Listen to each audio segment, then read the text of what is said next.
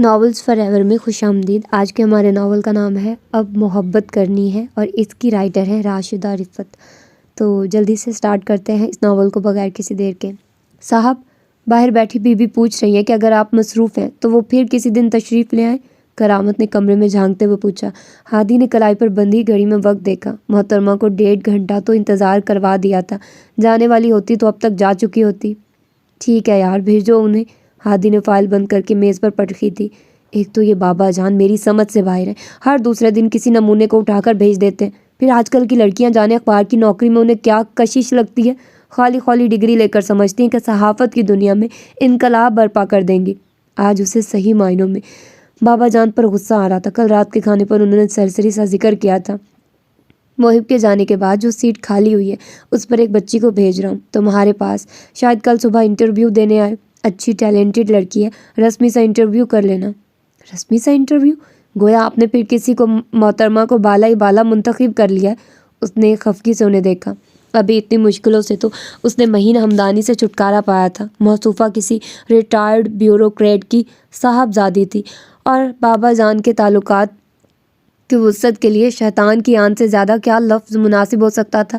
30 برس تک صحافت کی وادی کارزار میں جو کامیابیاں انہیں ملی تھی اس میں بڑا ہاتھ ان کی پبلک ریلیشننگ کا بھی تھا۔ وہ چھاپتے وہی تھے جو سچ ہوتا تھا، لیکن یہ سچ وہ اپنے ذاتی تعلقات کی راہ میں رکاوٹ نہیں بننے دیتے تھے۔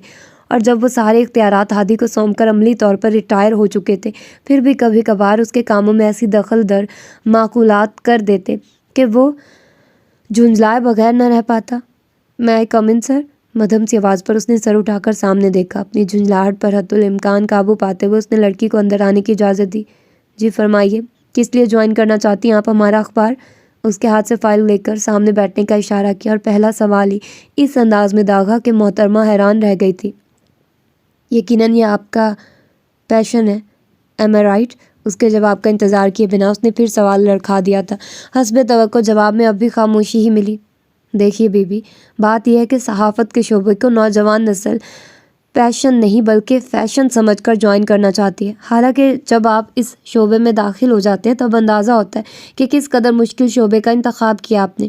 پھر جس سیٹ پر آپ نے اپلائی کیا ہے وہ نوآموز اور نا تجربہ کار لوگوں کو تو دی ہی نہیں جا سکتی۔ محب ہاشم کا تو نام سنا ہوگا آپ نے، اس جگہ وہ کام کرتا تھا، بہت کمیٹڈ اور ٹیلنٹڈ شخص تھا۔ اب خبر وہ ٹی وی کی طرف نکل گیا، لیکن ہم سر اب میرا سی وی دیکھ لیجیے۔ اس نے ہادی کی بات کاٹی تھی۔ دیکھ لوں گا آپ کا سی وی بھی، مگر بات یہ ہے بی بی کہ ضروری نہیں آپ کے پاس ڈگری ہے تو وہ صلاحیت بھی ہوگی جو اس جاب کے لیے ضروری ہے۔ اور پھر برا مت مانیے گا، باصلاحیت لوگوں کو سفارش کی بیساکھیوں کی ضرورت نہیں پڑتی۔ بائی دا وے بابا جان، میرا مطلب ہے رضا ہارون صاحب سے کیا واقفیت ہے آپ کی؟ اس نے اس کی فائل کھولتے ہوئے چپتے ہوئے انداز میں دریافت کیا تھا۔ سوری سر، میں نے آپ کا بہت وقت لیا۔ جواب دینے کے بجائے وہ یکلخت کھڑی ہو گئی تھی، ساتھ ہی اپنا سی وی لینے کے لیے ہاتھ آگے بڑھا دیا۔ بیٹھیے پلیز، میرا یہ مطلب نہیں تھا۔ ہادی جیسے ایک دم ٹھنڈا پڑا۔ موصوفہ اگر کسی بڑی شخصیت کے رشتہ دار تھی تو بابا جان سے کھنچائی ہونا لازمی امر تھا۔ میرا مقصد آپ کی دل آزاری کرنا ہرگز نہیں تھا۔ یہ جاب آپ کو مل سکتی ہے، آپ اس کی اہل بھی ہیں۔ میں تو صرف یہ… اس کی بات ابھی لبوں میں تھی کہ وہ اس کے سامنے سے اپنی فائل اٹھا کر سلام کرتے ہوئے کمرے سے باہر بھی نکل گئی۔ ہادی صرف کندھے اچکا کر رہ گیا تھا۔ یہ وقت ہے تمہارے گھر آنے کا؟ وہ رات 1 بجے ایک آفیشیل ڈنر اٹینڈ کر کے گھر لوٹا تھا۔ بابا اسی کے انتظار میں بیٹھے تھے۔ آپ شکی مزاج بیویوں کی طرح آدھی رات تک میرا انتظار کیوں کرتے ہیں؟ وہ ہنس پڑا تھا۔ بابا جان بھی مسکرا دیے۔ تمہیں واقعی ایک شکی مزاج بیوی کی اشد ضرورت ہے، بہت بگڑ گئے ہو تم۔ کھانا کھا لیا آپ نے؟ اس نے مسکراتے ہوئے دریافت کیا۔ ظاہر ہے 1 بجے تک تمہارے انتظار میں بھوکا تو بیٹھنے سے رہا۔ وہ خفگی سے بولے۔ اچھا ناراض کیوں ہو رہے ہیں؟ کہیں آوارہ گردی کر کے نہیں آ رہا؟ ڈنر کا بتایا نہیں تھا آپ کو؟ وہ ٹائی کی نوٹ ڈھیلی کرتے ہوئے بولا۔ ذمہ داریوں کا یہ توق آپ نے ہی میرے گلے میں ڈالا ہے بابا جان۔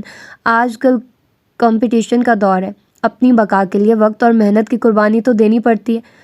آپ کا وقت اور تھا، گنے چنے 2-3 اخبار ملک کی اخباری صنعت پر راج کر رہے تھے، اب تو بہت سخت مقابلہ ہے۔ بہت تھک جاتے ہو نا؟ بابا جان نے اسے محبت پاش نگاہوں سے دیکھا۔ نہیں، میں سگریٹ نہیں پیتا، وہ مصنوعی سنجیدگی سے بولا۔ بابا جان کہکا لگا کر ہنس دیے تھے۔ وہ بھی ان کی ہنسی میں شریک ہو گیا تھا۔ اور سناؤ، کیسا کام جا رہا ہے؟ بابا آج بہت دن بعد آفس آئے تھے اور اب آرام سے صوفے پر بیٹھے چائے کی چسکیاں لے رہے تھے۔ وہ تفصیل سے انہیں مختلف دفتری امور سے آگاہ کرنے لگا۔ سنیا کے آنے سے تمہارے اوپر کام کا بوجھ کچھ تو ہلکا ہو گیا ہوگا۔ کیسا اسسٹ کر رہی ہے تمہیں؟ انہوں نے چائے کی چسکی لیتے ہوئے اچانک دریافت کیا۔ کون سنیا؟ وہ واقعی کچھ نہ سمجھ پایا۔ بنو مت، بلکہ بلواؤ اسے۔ سچی بات تو یہ ہے کہ میں آج خاص طور پر اس سے ہی ملنے آیا تھا، دیکھنا چاہ رہا تھا کہ ہمارے ہاں کام کرتے ہوئے اسے کوئی پرابلم تو نہیں۔ تم سا اکھڑ مزاج باس کہاں بھگتا ہوگا اس بیچاری نے۔ کس کی بات کر رہے ہیں آپ بابا جان؟ اس نے الجھ کر پوچھا۔ کیا مطلب؟ سنیا نے جوائن نہیں کیا؟ انہوں نے اچنبھے سے پوچھا۔ کہیں آپ اس لڑکی کا ذکر تو نہیں کر رہے جو کچھ دن پہلے انٹرویو دینے آئی تھی؟ اس کے ذہن میں جھماکا سا ہوا۔ یقیناً میں اسی لڑکی کا ذکر کر رہا ہوں، انہوں نے کاٹدار لہجے میں کہا، اور ان کی اس درجہ خفگی کم از کم اس کی سمجھ سے بالا تر تھی۔ انٹرویو تو میں نے لے لیا تھا، مگر شاید سیلری پیکیج اس کو پسند نہیں آیا تھا، اسی لیے جوائن نہیں کیا۔ ان کی ناراضی دیکھ کر اسے لہجے کو سرسری بناتے ہوئے جھوٹ بولنا پڑا۔ خوب، تو اسے تنخواہ کم لگی تھی؟ بائی دا وے کتنی آفر کی تھی تم نے اسے؟ بابا جان بال کی کھال اتار رہے تھے۔ کم آن بابا جان، ایک غیر ملک لڑکی کے پیچھے آپ مجھ سے جھرا کر رہے ہیں۔ میں نے تو معصوفہ سے صرف یہ پوچھا تھا کہ آپ سے ان کی جان پہچان کیسے ہے، مگر اس ذرا سی بات نے ان کی انا کو خاصی ٹھیس پہنچائی۔ اور سوری بابا جان، میں آپ کے تعلقات مزید نہیں نبھا سکتا۔ پہلے آپ نے مہین ہمدانی کو چپکا دیا تھا، اپنی جاب سے زیادہ مجھ میں دلچسپی لینے لگی تھی محترمہ۔ کتنی مشکل سے اسے پیچھا چھڑایا ہے یہ آپ بھی جانتے ہیں اور میں بھی۔ اب آپ ایک اور معصوفہ کو بھیج رہے ہیں جانے۔ سنیہا کو مہین ہمدانی سے کمپیئر کرنے کی کوشش مت کرو ہادی، بابا جان نے درستی سے اس کی بات کاٹ دی تھی۔ وہ بچی بہت مختلف ہے، بہت پیاری اور بہت ہی ٹیلنٹڈ، تم اسے نہ رکھ کر بہت پچھتاؤ گے۔ انہوں نے جیسے اسے وارننگ دی تھی۔ بعض صلاحیت لوگوں کو سفارش کی بیساکھیوں کی ضرورت نہیں ہوتی بابا جان۔ اس بار وہ بھی قدرے چڑھ کر بولا تھا۔ بہت خوب، ویسے بیٹا جان، آپ اس وقت جس کرسی پر براجمان ہیں اس میں آپ کی اپنی صلاحیتوں کا کتنا دخل ہے؟ بابا جان کا لہجہ سراسر طنزیہ تھا۔ تو وہ لڑکی آپ کے لیے اتنی اہم ہے کہ آپ اس کے لیے مجھے میری اوقات یاد دلا رہے ہیں؟ بابا جان کے انداز پر اسے ہنسی آ گئی تھی۔ ہاں، وہ مجھے بہت عزیز ہے، میرے عزیز ترین مرحوم دوست کی بیٹی، انہوں نے قطعیت سے جواب دیا۔ آپ کا ایسا کون سا دوست ہے جس سے میں واقف نہیں؟ وہ حیرت سے پوچھ رہے تھے۔ نام بتانے سے کیا حاصل؟ تمہارے حافظے میں وہ نہیں ہوگا، اور پھر اسے دنیا سے گزرے ایک مدت ہو گئی، عرصے بعد اس کی بیٹی سے رابطہ ہوا ہے۔ میں نے اسے کتنے یقین سے تمہارے پاس بھیجا تھا، تم نے مجھے بہت مایوس کیا ہادی۔ کیا سوچ رہی ہوگی وہ بچی، اور خوددار اتنی ہے کہ مجھ سے تمہارے رویے کی بالکل شکایت نہیں کی۔ کل شام کو بھی میری اس سے فون پر بات ہوئی، میں اسی گمان میں اس سے بات کیے گیا کہ وہ تمہارے پاس آ رہی ہے، اور اس نے ہرگز بھی میری غلط فہمی دور کرنے کی کوشش نہیں کی، بس ادھر ادھر کی باتیں کر کے فون رکھ دیا۔ بابا جان کو حسد قلق ہو رہا تھا۔ سوری بابا جان، غلطی ہو گئی، آپ اسے ایک بار پھر بھیج دیجیے گا، میں اسے ایڈجسٹ کر لوں گا۔ بابا کم ہی اتنے ناراض ہوتے تھے، اس نے عافیت اسی میں جانی کہ غلطی تسلیم کرے۔ کوشش تو کروں گا، لیکن مشکل ہی ہے کہ اب وہ میری بات مانے گی۔ بابا جان نے ٹھنڈا سانس بھرا تھا، وہ خاموش ہی رہا، اور 2 دن بعد وہ پھر اس کے سامنے موجود تھی۔ جی تو مس سنیا، کام سمجھ لیا آپ نے؟ روایتی پیشہ ورانہ انداز میں اس نے سنیا کو گائیڈ لائن دی تھی۔ وہ سنجیدہ سی صورت بنائے بیٹھی تھی۔ ہادی کو اس کے چہرے کے تاثرات سے اندازہ نہ ہو پایا کہ کام اس کی سمجھ میں آیا بھی ہے یا سر پہ سے گزر گیا ہے۔ اینی کویسچن مس سنیا؟ ہادی نے اس کے چہرے پر نظر جمائے استفسار کیا۔ اس دن کی ملاقات تو بہت مختصر سی تھی، جانے کیوں آج اس لڑکی کے نقوش بہت مانوس اور دیکھے بھالے سے لگ رہے تھے، لیکن بہت غور کرنے پر بھی وہ اندازہ نہ لگا پایا تھا کہ سامنے بیٹھی لڑکی کس کی شباہت لیے ہوئے ہے۔ خیر، دنیا میں بہت سے چہرے ملتے جلتے لگتے ہی ہیں۔ اس نے اس کے نقوش کھوجنے کا سلسلہ موقوف کر دیا تھا۔ سونیا کے چہرے پر تذبذب کے آثار نمودار ہو رہے تھے، جیسے وہ کچھ کہنا چاہ رہی ہو مگر کہہ نہ پا رہی ہو۔ جی مس سونیا، ہادی نے اسے بات کرنے کا حوصلہ دیا۔ بات دراصل یہ ہے کہ سر کہ میں پہلی بار انٹرویو دینے آئی تھی، تب رضا انکل نے مجھے بتایا تھا کہ ویکینسیز نکلی ہوئی ہیں، میں بھی اپلائی کر دوں۔ آئی ایم سوری، مجھے اندازہ نہیں تھا کہ مجھے خاص طور پر بغیر کسی ضرورت کے بھیجا گیا۔ اب بھی مجھے رضا انکل کی وجہ سے مجبوراً آنا پڑا۔ ان کے حد درجہ اصرار کے سامنے مجھے اپنا مسلسل انکار بد تہذیبی لگا۔ میں نے کئی جگہوں پر اپلائی کر رکھا ہے۔ میں آپ کو یقین دلاتی ہوں کہ جیسے ہی اس کی بات مکمل ہونے سے پہلے ہی ہادی کے لبوں پر مسکراہٹ پھیل گئی۔ محترمہ ضرورت سے زیادہ لمبی ناک کی مالک تھی۔ بات یہ ہے مس سنیا کہ اگر آپ کا کام ہمارے معیار کے مطابق ہوا تو آپ چاہیں گی بھی تو ہم آپ کو نہیں چھوڑیں گے۔ اس نے مسکراتے ہوئے اسے مخاطب کیا۔ میں کوشش کروں گی سر، وہ بھی دھیمے سے مسکرا دی تھی۔ یار صابر، بندہ سارا دن کا تھکا آ رہا شام کو گھر آتا ہے، کچھ ڈھنگ کا پکا لیا کرو۔ بدمزہ سا سالن کھاتے ہوئے وہ صابر سے شکوہ کی بنا نہ رہ پایا۔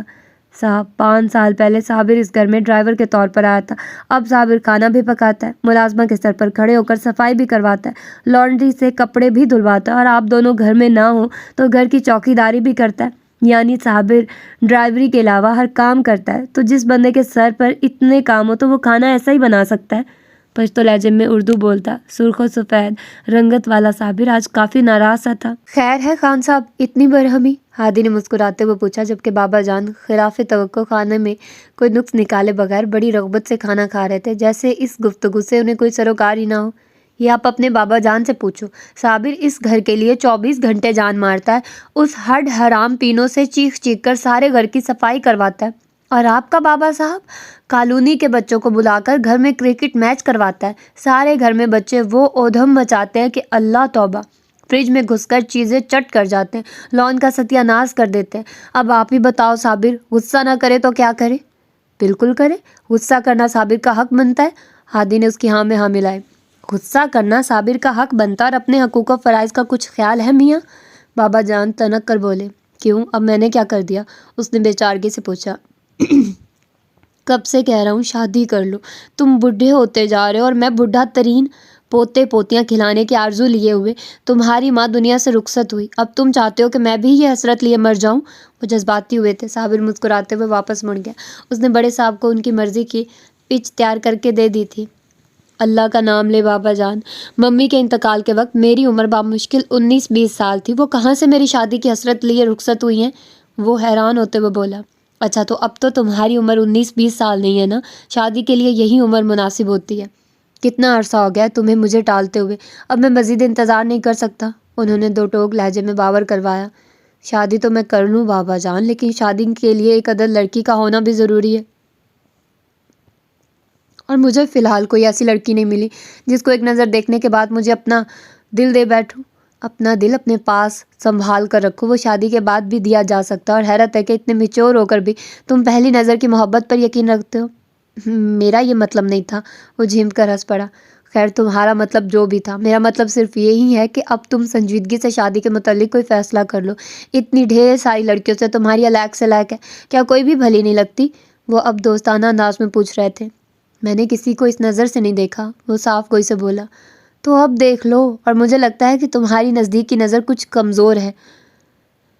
کیا مطلب بابا جان، آپ کس کی بات کر رہے ہیں؟ اس نے الجھ کر پوچھا۔ وہ مسکرا دیے۔ میں فی الحال تم سے یہ پوچھنا چاہ رہا ہوں کہ اگر تم نے اپنی زندگی کے متعلق کوئی فیصلہ نہیں کر پا رہے تو کیا مجھے اختیار دو گے کہ میں تمہارے لیے کچھ سوچ سکوں؟ باپ ہوں تمہارا، آخر جو سوچوں گا تمہارے بھلے کا ہی سوچوں گا۔ آف کورس بابا جان، آپ میری زندگی کے متعلق تمام فیصلوں کا اختیار رکھتے ہیں، میں نے کب آپ کو انکار کیا؟ کوئی لڑکی آپ کو اچھی لگی ہے تو مجھے بتائیے، کون ہے وہ؟ میں ضرور اس کے بارے میں سوچوں گا۔ وہ بابا جان سے لڑکی اگلوانا چاہ رہا تھا، مگر وہ بھی اپنے نام کے ایک تھے۔ لڑکی تمہارے آس پاس ہی ہے، اسے تمہیں خود کھوجنا ہے۔ میرے خیال میں تو ایک عورت میں 3 خوبیاں ہوں تو اسے شریک سفر بنایا جا سکتا ہے، تعلیم یافتہ ہو، باشعور ہو اور پروقار ہو، اور جو لڑکی میں نے تمہارے لیے سوچی ہے ان 3 خوبیوں کے ساتھ خوبصورتی اس کی ایک اضافی خوبی ہے، بہت جچے گی وہ تمہارے ساتھ۔ آخر آپ کس کی بات کر رہے ہیں؟ اس کی حیرانی بڑھتی جا رہی تھی۔ کہا تو ہے اپنے آس پاس دیکھو، کچھ تو دماغ لڑاؤ، ناکام ہوئے تو میں بتا دوں گا۔ تو گویا آپ میرے ساتھ کسوٹی کھیل رہے ہیں؟ وہ ہنسا۔ جو بھی سمجھ لو، بابا جان مسکرائے۔ اوکے باس، کوشش کر کے دیکھ لیتے ہیں۔ وہ مسکراتا ہوا دوبارہ صابر کے بنے بدمزہ کھانے کی جانب متوجہ ہو گیا تھا کہ خالی پیٹ تو دماغ بھی کسی قسم کی مدد کرنے سے قاصر تھا۔ ایکسکیوز می سر، سنڈے میگزین کے لیے ثاقب مراد کا فیچر ابھی تک نہیں پہنچا ہے۔ سنیا اجازت لے کر کمرے میں داخل ہوئی تھی۔ ہاں، ثاقب کا فون آیا تھا، ابھی تھوڑی دیر میں فیچر سمیت پہنچ رہا ہے۔ اس نے لیپ ٹاپ سے نگاہیں ہٹا کر ایک لمحے کو اسے دیکھا تھا۔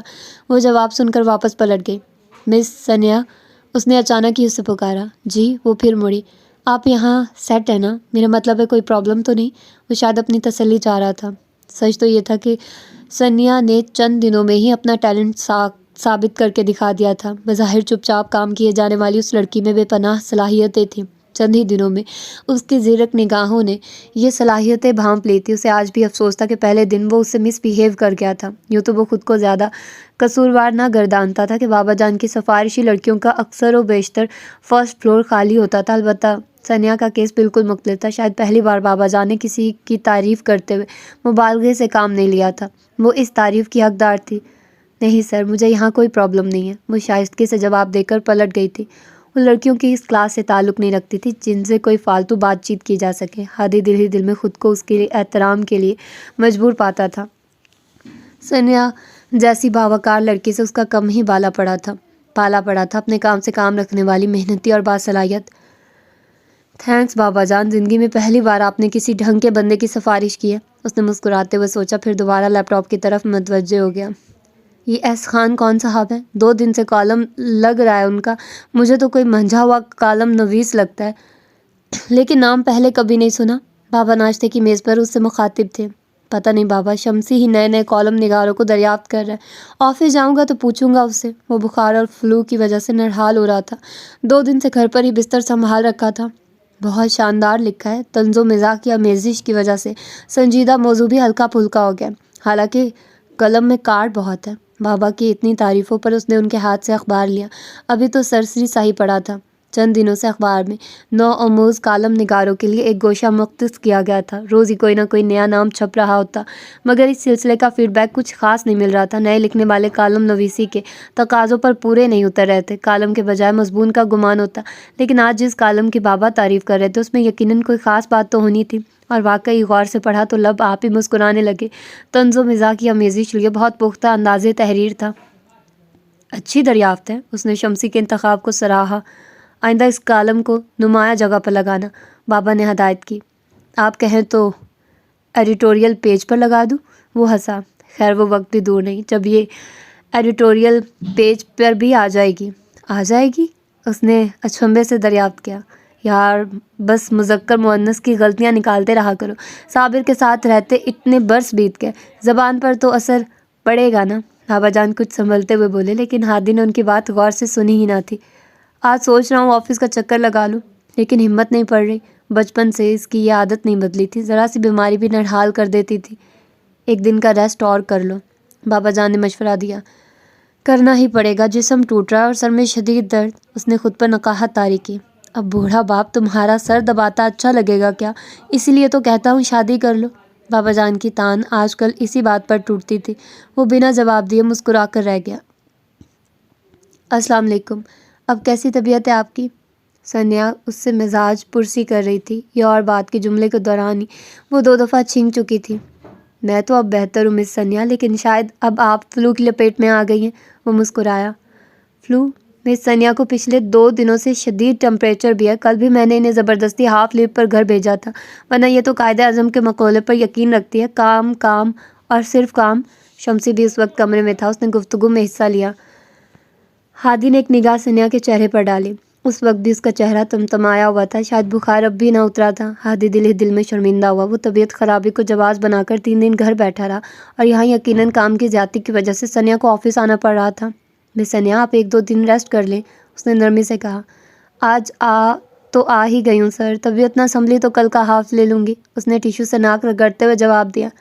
آپ ایک چھوڑ بے شک 2 دن کا ہاف لیں، لیکن کالم کا آف ہرگز نہ ہوگا، کالم تو آپ کو گھر بیٹھ کر بھی لکھنا پڑے گا۔ شمسی نے گویا اسے پیشگی آگاہ کیا۔ کیسا کالم؟ ہادی شمسی کی بات سمجھ نہ پایا۔ سر آپ نے مس سنیا کا کالم نہیں پڑھا؟ بہت اچھا، بلکہ حیران کن حد تک اچھا رسپانس ملا ہے ہمیں، شمسی نے خوش ہو کر بتلایا۔ ایس خان یعنی؟ اس نے جملہ ادھورا چھوڑ کر بے یقینی سے سنیا کو دیکھا، اس کے چہرے پر دھیمی سی مسکان پھیلی ہوئی تھی۔ امیزنگ سنیا، آپ نے واقعی بہت اچھا لکھا، کیپ اٹ اپ، اس نے دل سے اس کی تعریف کی تھی۔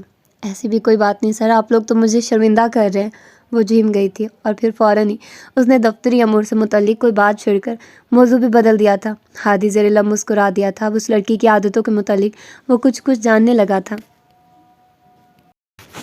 مجھے لگتا ہے بابا میں اس لڑکی سے متاثر ہوتا جا رہا ہوں۔ رات کو کھانے کی میز پر اس نے بابا کے سامنے اعتراف کیا۔ سنیا ہے ہی اس قابل کہ اس سے متاثر ہوا جائے۔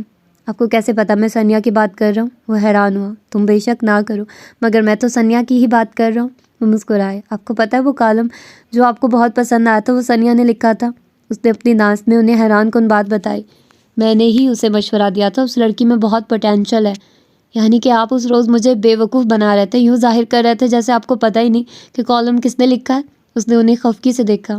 ہاں تمہیں بے وقوف تو بنایا، لیکن اس کام میں مجھے زیادہ محنت نہیں پڑی، انہوں نے اسے ہنستے ہوئے چھیڑا، وہ بھی ہنس پڑا۔ ویسے بابا سچی بات تو یہ ہے کہ یہ لڑکی ہر گزرتے دن کے ساتھ مجھے حیران کیے دے رہی ہے. ٹیلنٹڈ تو ہے مگر شخصیت میں عجیب سا گریس ہے. دوسری لڑکیوں سے بہت مختلف ہے. اس نے تسلیم کیا تھا. اس کا مطلب ہے تمہاری قریب کی نظر میں بہتری آتی جا رہی ہے. وہ معنی خیز انداز میں مسکرائے. ہادی نے ایک دم سر اٹھا کر انہیں دیکھا. جو وہ سمجھا تھا کیا ان کا مطلب وہی تھا؟ بابا آپ کیا کہنا چاہ رہے ہیں؟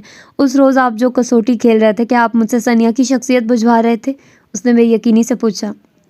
20 سالوں میں تو نہیں لیکن 20 دنوں میں تم صحیح جواب تک پہنچ ہی گئے. وہ خوش ہوتے ہوئے بولے لیکن وہ حیران پریشان سا بیٹھا رہا. اس روز بہت دماغ لڑانے کے بعد بھی اسے اپنے قرب و جوار میں کوئی ایسی لڑکی سجھائی نہ دی جس پر اسے گمان گزرتا کہ بابا اس سے سوچے بیٹھے ہیں. اس نے بابا کی بات کو سراسر ایک مذاق سمجھا تھا. شاید وہ اسے اپنے آس پاس جانے والی لڑکیوں میں سے کوئی لڑکی ڈھونڈنے کی تحریک دلوانا چاہتے تھے. اس دن اس نے بابا کی بات کو سنجیدگی سے ہی نہ لیا تھا. سوچ کے تھوڑے سے گھوڑے دوڑانے کے بعد اس نے ان کی بات کو مذاق کے کھاتے میں ڈال کر مزید سوچ بچار کی زحمت نہ کی تھی. اسے ہرگز اندازہ نہ ہوا کہ بابا اس روز ثانیہ کا ذکر کر رہے تھے. وہ لڑکی جس کو اس کے آفس میں داخل ہوئے جمعہ 8 دن نہیں ہوئے تھے وہ اسے اس کی زندگی میں شامل کرنے کا پلان بنائے بیٹھے تھے. کیا ہوا؟ کیا میری تجویز کردہ شخصیت تمہیں بری لگی؟ بابا اس کے چہرے کے اتار چڑھاؤ کو بغور دیکھ رہے تھے. سچی بات تو یہ ہے بابا کہ ابھی میرا دماغ آپ کی تجویز کردہ شخصیت قبول کرنے کو تیار نہیں. فی الحال تو میں صرف حیران ہوں کہ آپ کے ذہن میں یہ بات آئی بھی کیسے. آپ کب اسے اچھی طرح جانتے ہیں؟ وہ واقعی حیران تھا. پہلی بات تو یہ ہے عادی کہ کسی کو جاننے کے لیے بعض اوقات عمر بھی کم پڑ جاتی ہے اور بعض اوقات 2-4 ملاقاتیں بھی کسی کے متعلق درست اندازہ لگانے کا سبب بن جاتی ہیں. اور دوسری بات یہ کہ تم پر کوئی زور زبردستی نہیں. تم اپنا ہر فیصلہ کرنے میں خود مختار ہو. ہاں مجھے وہ بچی دیکھنے کے ساتھ ہی بہت اچھی لگی. دل چاہا کہ ایسی سلجھی ہوئی بچی کو ہی تمہارا شریک سفر ہونا چاہیے. اور میں کون سا بھی اس کے گھر تمہارا رشتہ لے کر جا رہا ہوں. وہ تمہارے ساتھ کام کر رہی ہے. دیکھو پرکھو دل مانے تو مجھے بتاؤ. اور اگر تمہیں کوئی اور لڑکی لائف پارٹنر کے طور پر پسند آتی ہے تو مجھے اس پر بھی قطعی کوئی اعتراض نہیں ہوگا. بابا جان رسانیت سے بولے. وہ محض سر ہلا کر رہ گیا تھا. اسے APNS کی میٹنگ کے لیے 1-2 دن کے لیے کراچی جانا پڑا تھا اور آج آفس آ کر آج کے اخبار کا تفصیلی مطالعہ کیا تھا تو متین زبیری کے کالم کے اوپر ادارتی نوٹ پڑھ کر ہکا بکا رہ گیا. متین زبیری صفحہ اول کا کالم نویس تھا اور شاید ان کے اخبار کا سب سے مہنگا کالم نویس بھی. بعض نام ایسے ہوتے ہیں جنہیں نہ چاہتے ہوئے بھی بھاری قیمت دینی پڑتی ہے اور متین زبیری ایسا ہی کالم نگار تھا. ایجنسیوں سے روابط کی وجہ سے وہ اکثر اندر کی بات باہر نکالتا تھا اور اسی لیے اس کا کالم شوق سے پڑھا جاتا تھا ورنہ نظریاتی طور پر اس کا قبلہ کہاں جا ملتا تھا.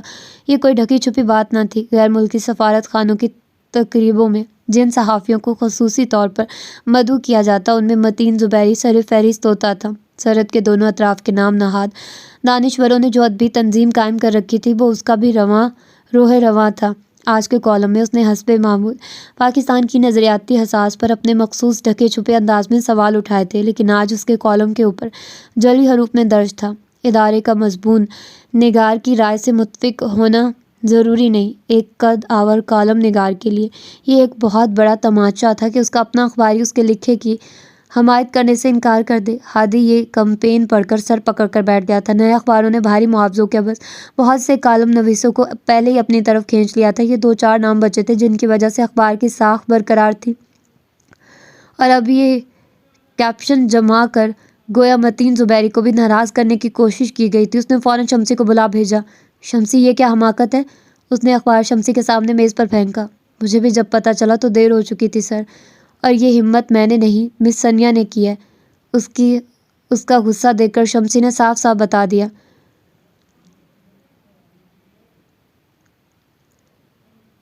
بلائیے مس ثانیہ کو. وہ لب بھینچتے غصہ ضبط کرنے کی کوشش کر رہا تھا. 2 منٹ بعد ہی وہ آ گئی تھی بالکل پرسکون. جی سر آپ نے بلایا مجھے. وہ شاید جانتے بوجھتے انجان بن رہی تھی. مس ثانیہ آپ نے جو حماقت کی ہے جانتی ہیں ہمیں اس کا کتنا خمیازہ بھگتنا پڑ سکتا ہے؟ ہادی نے اس کے چہرے پر نظریں جما کر کاٹدار لہجے میں مخاطب کیا. سر آپ کالم پڑھ کر تو دیکھیے کیا بکواس کی گئی ہے اس میں.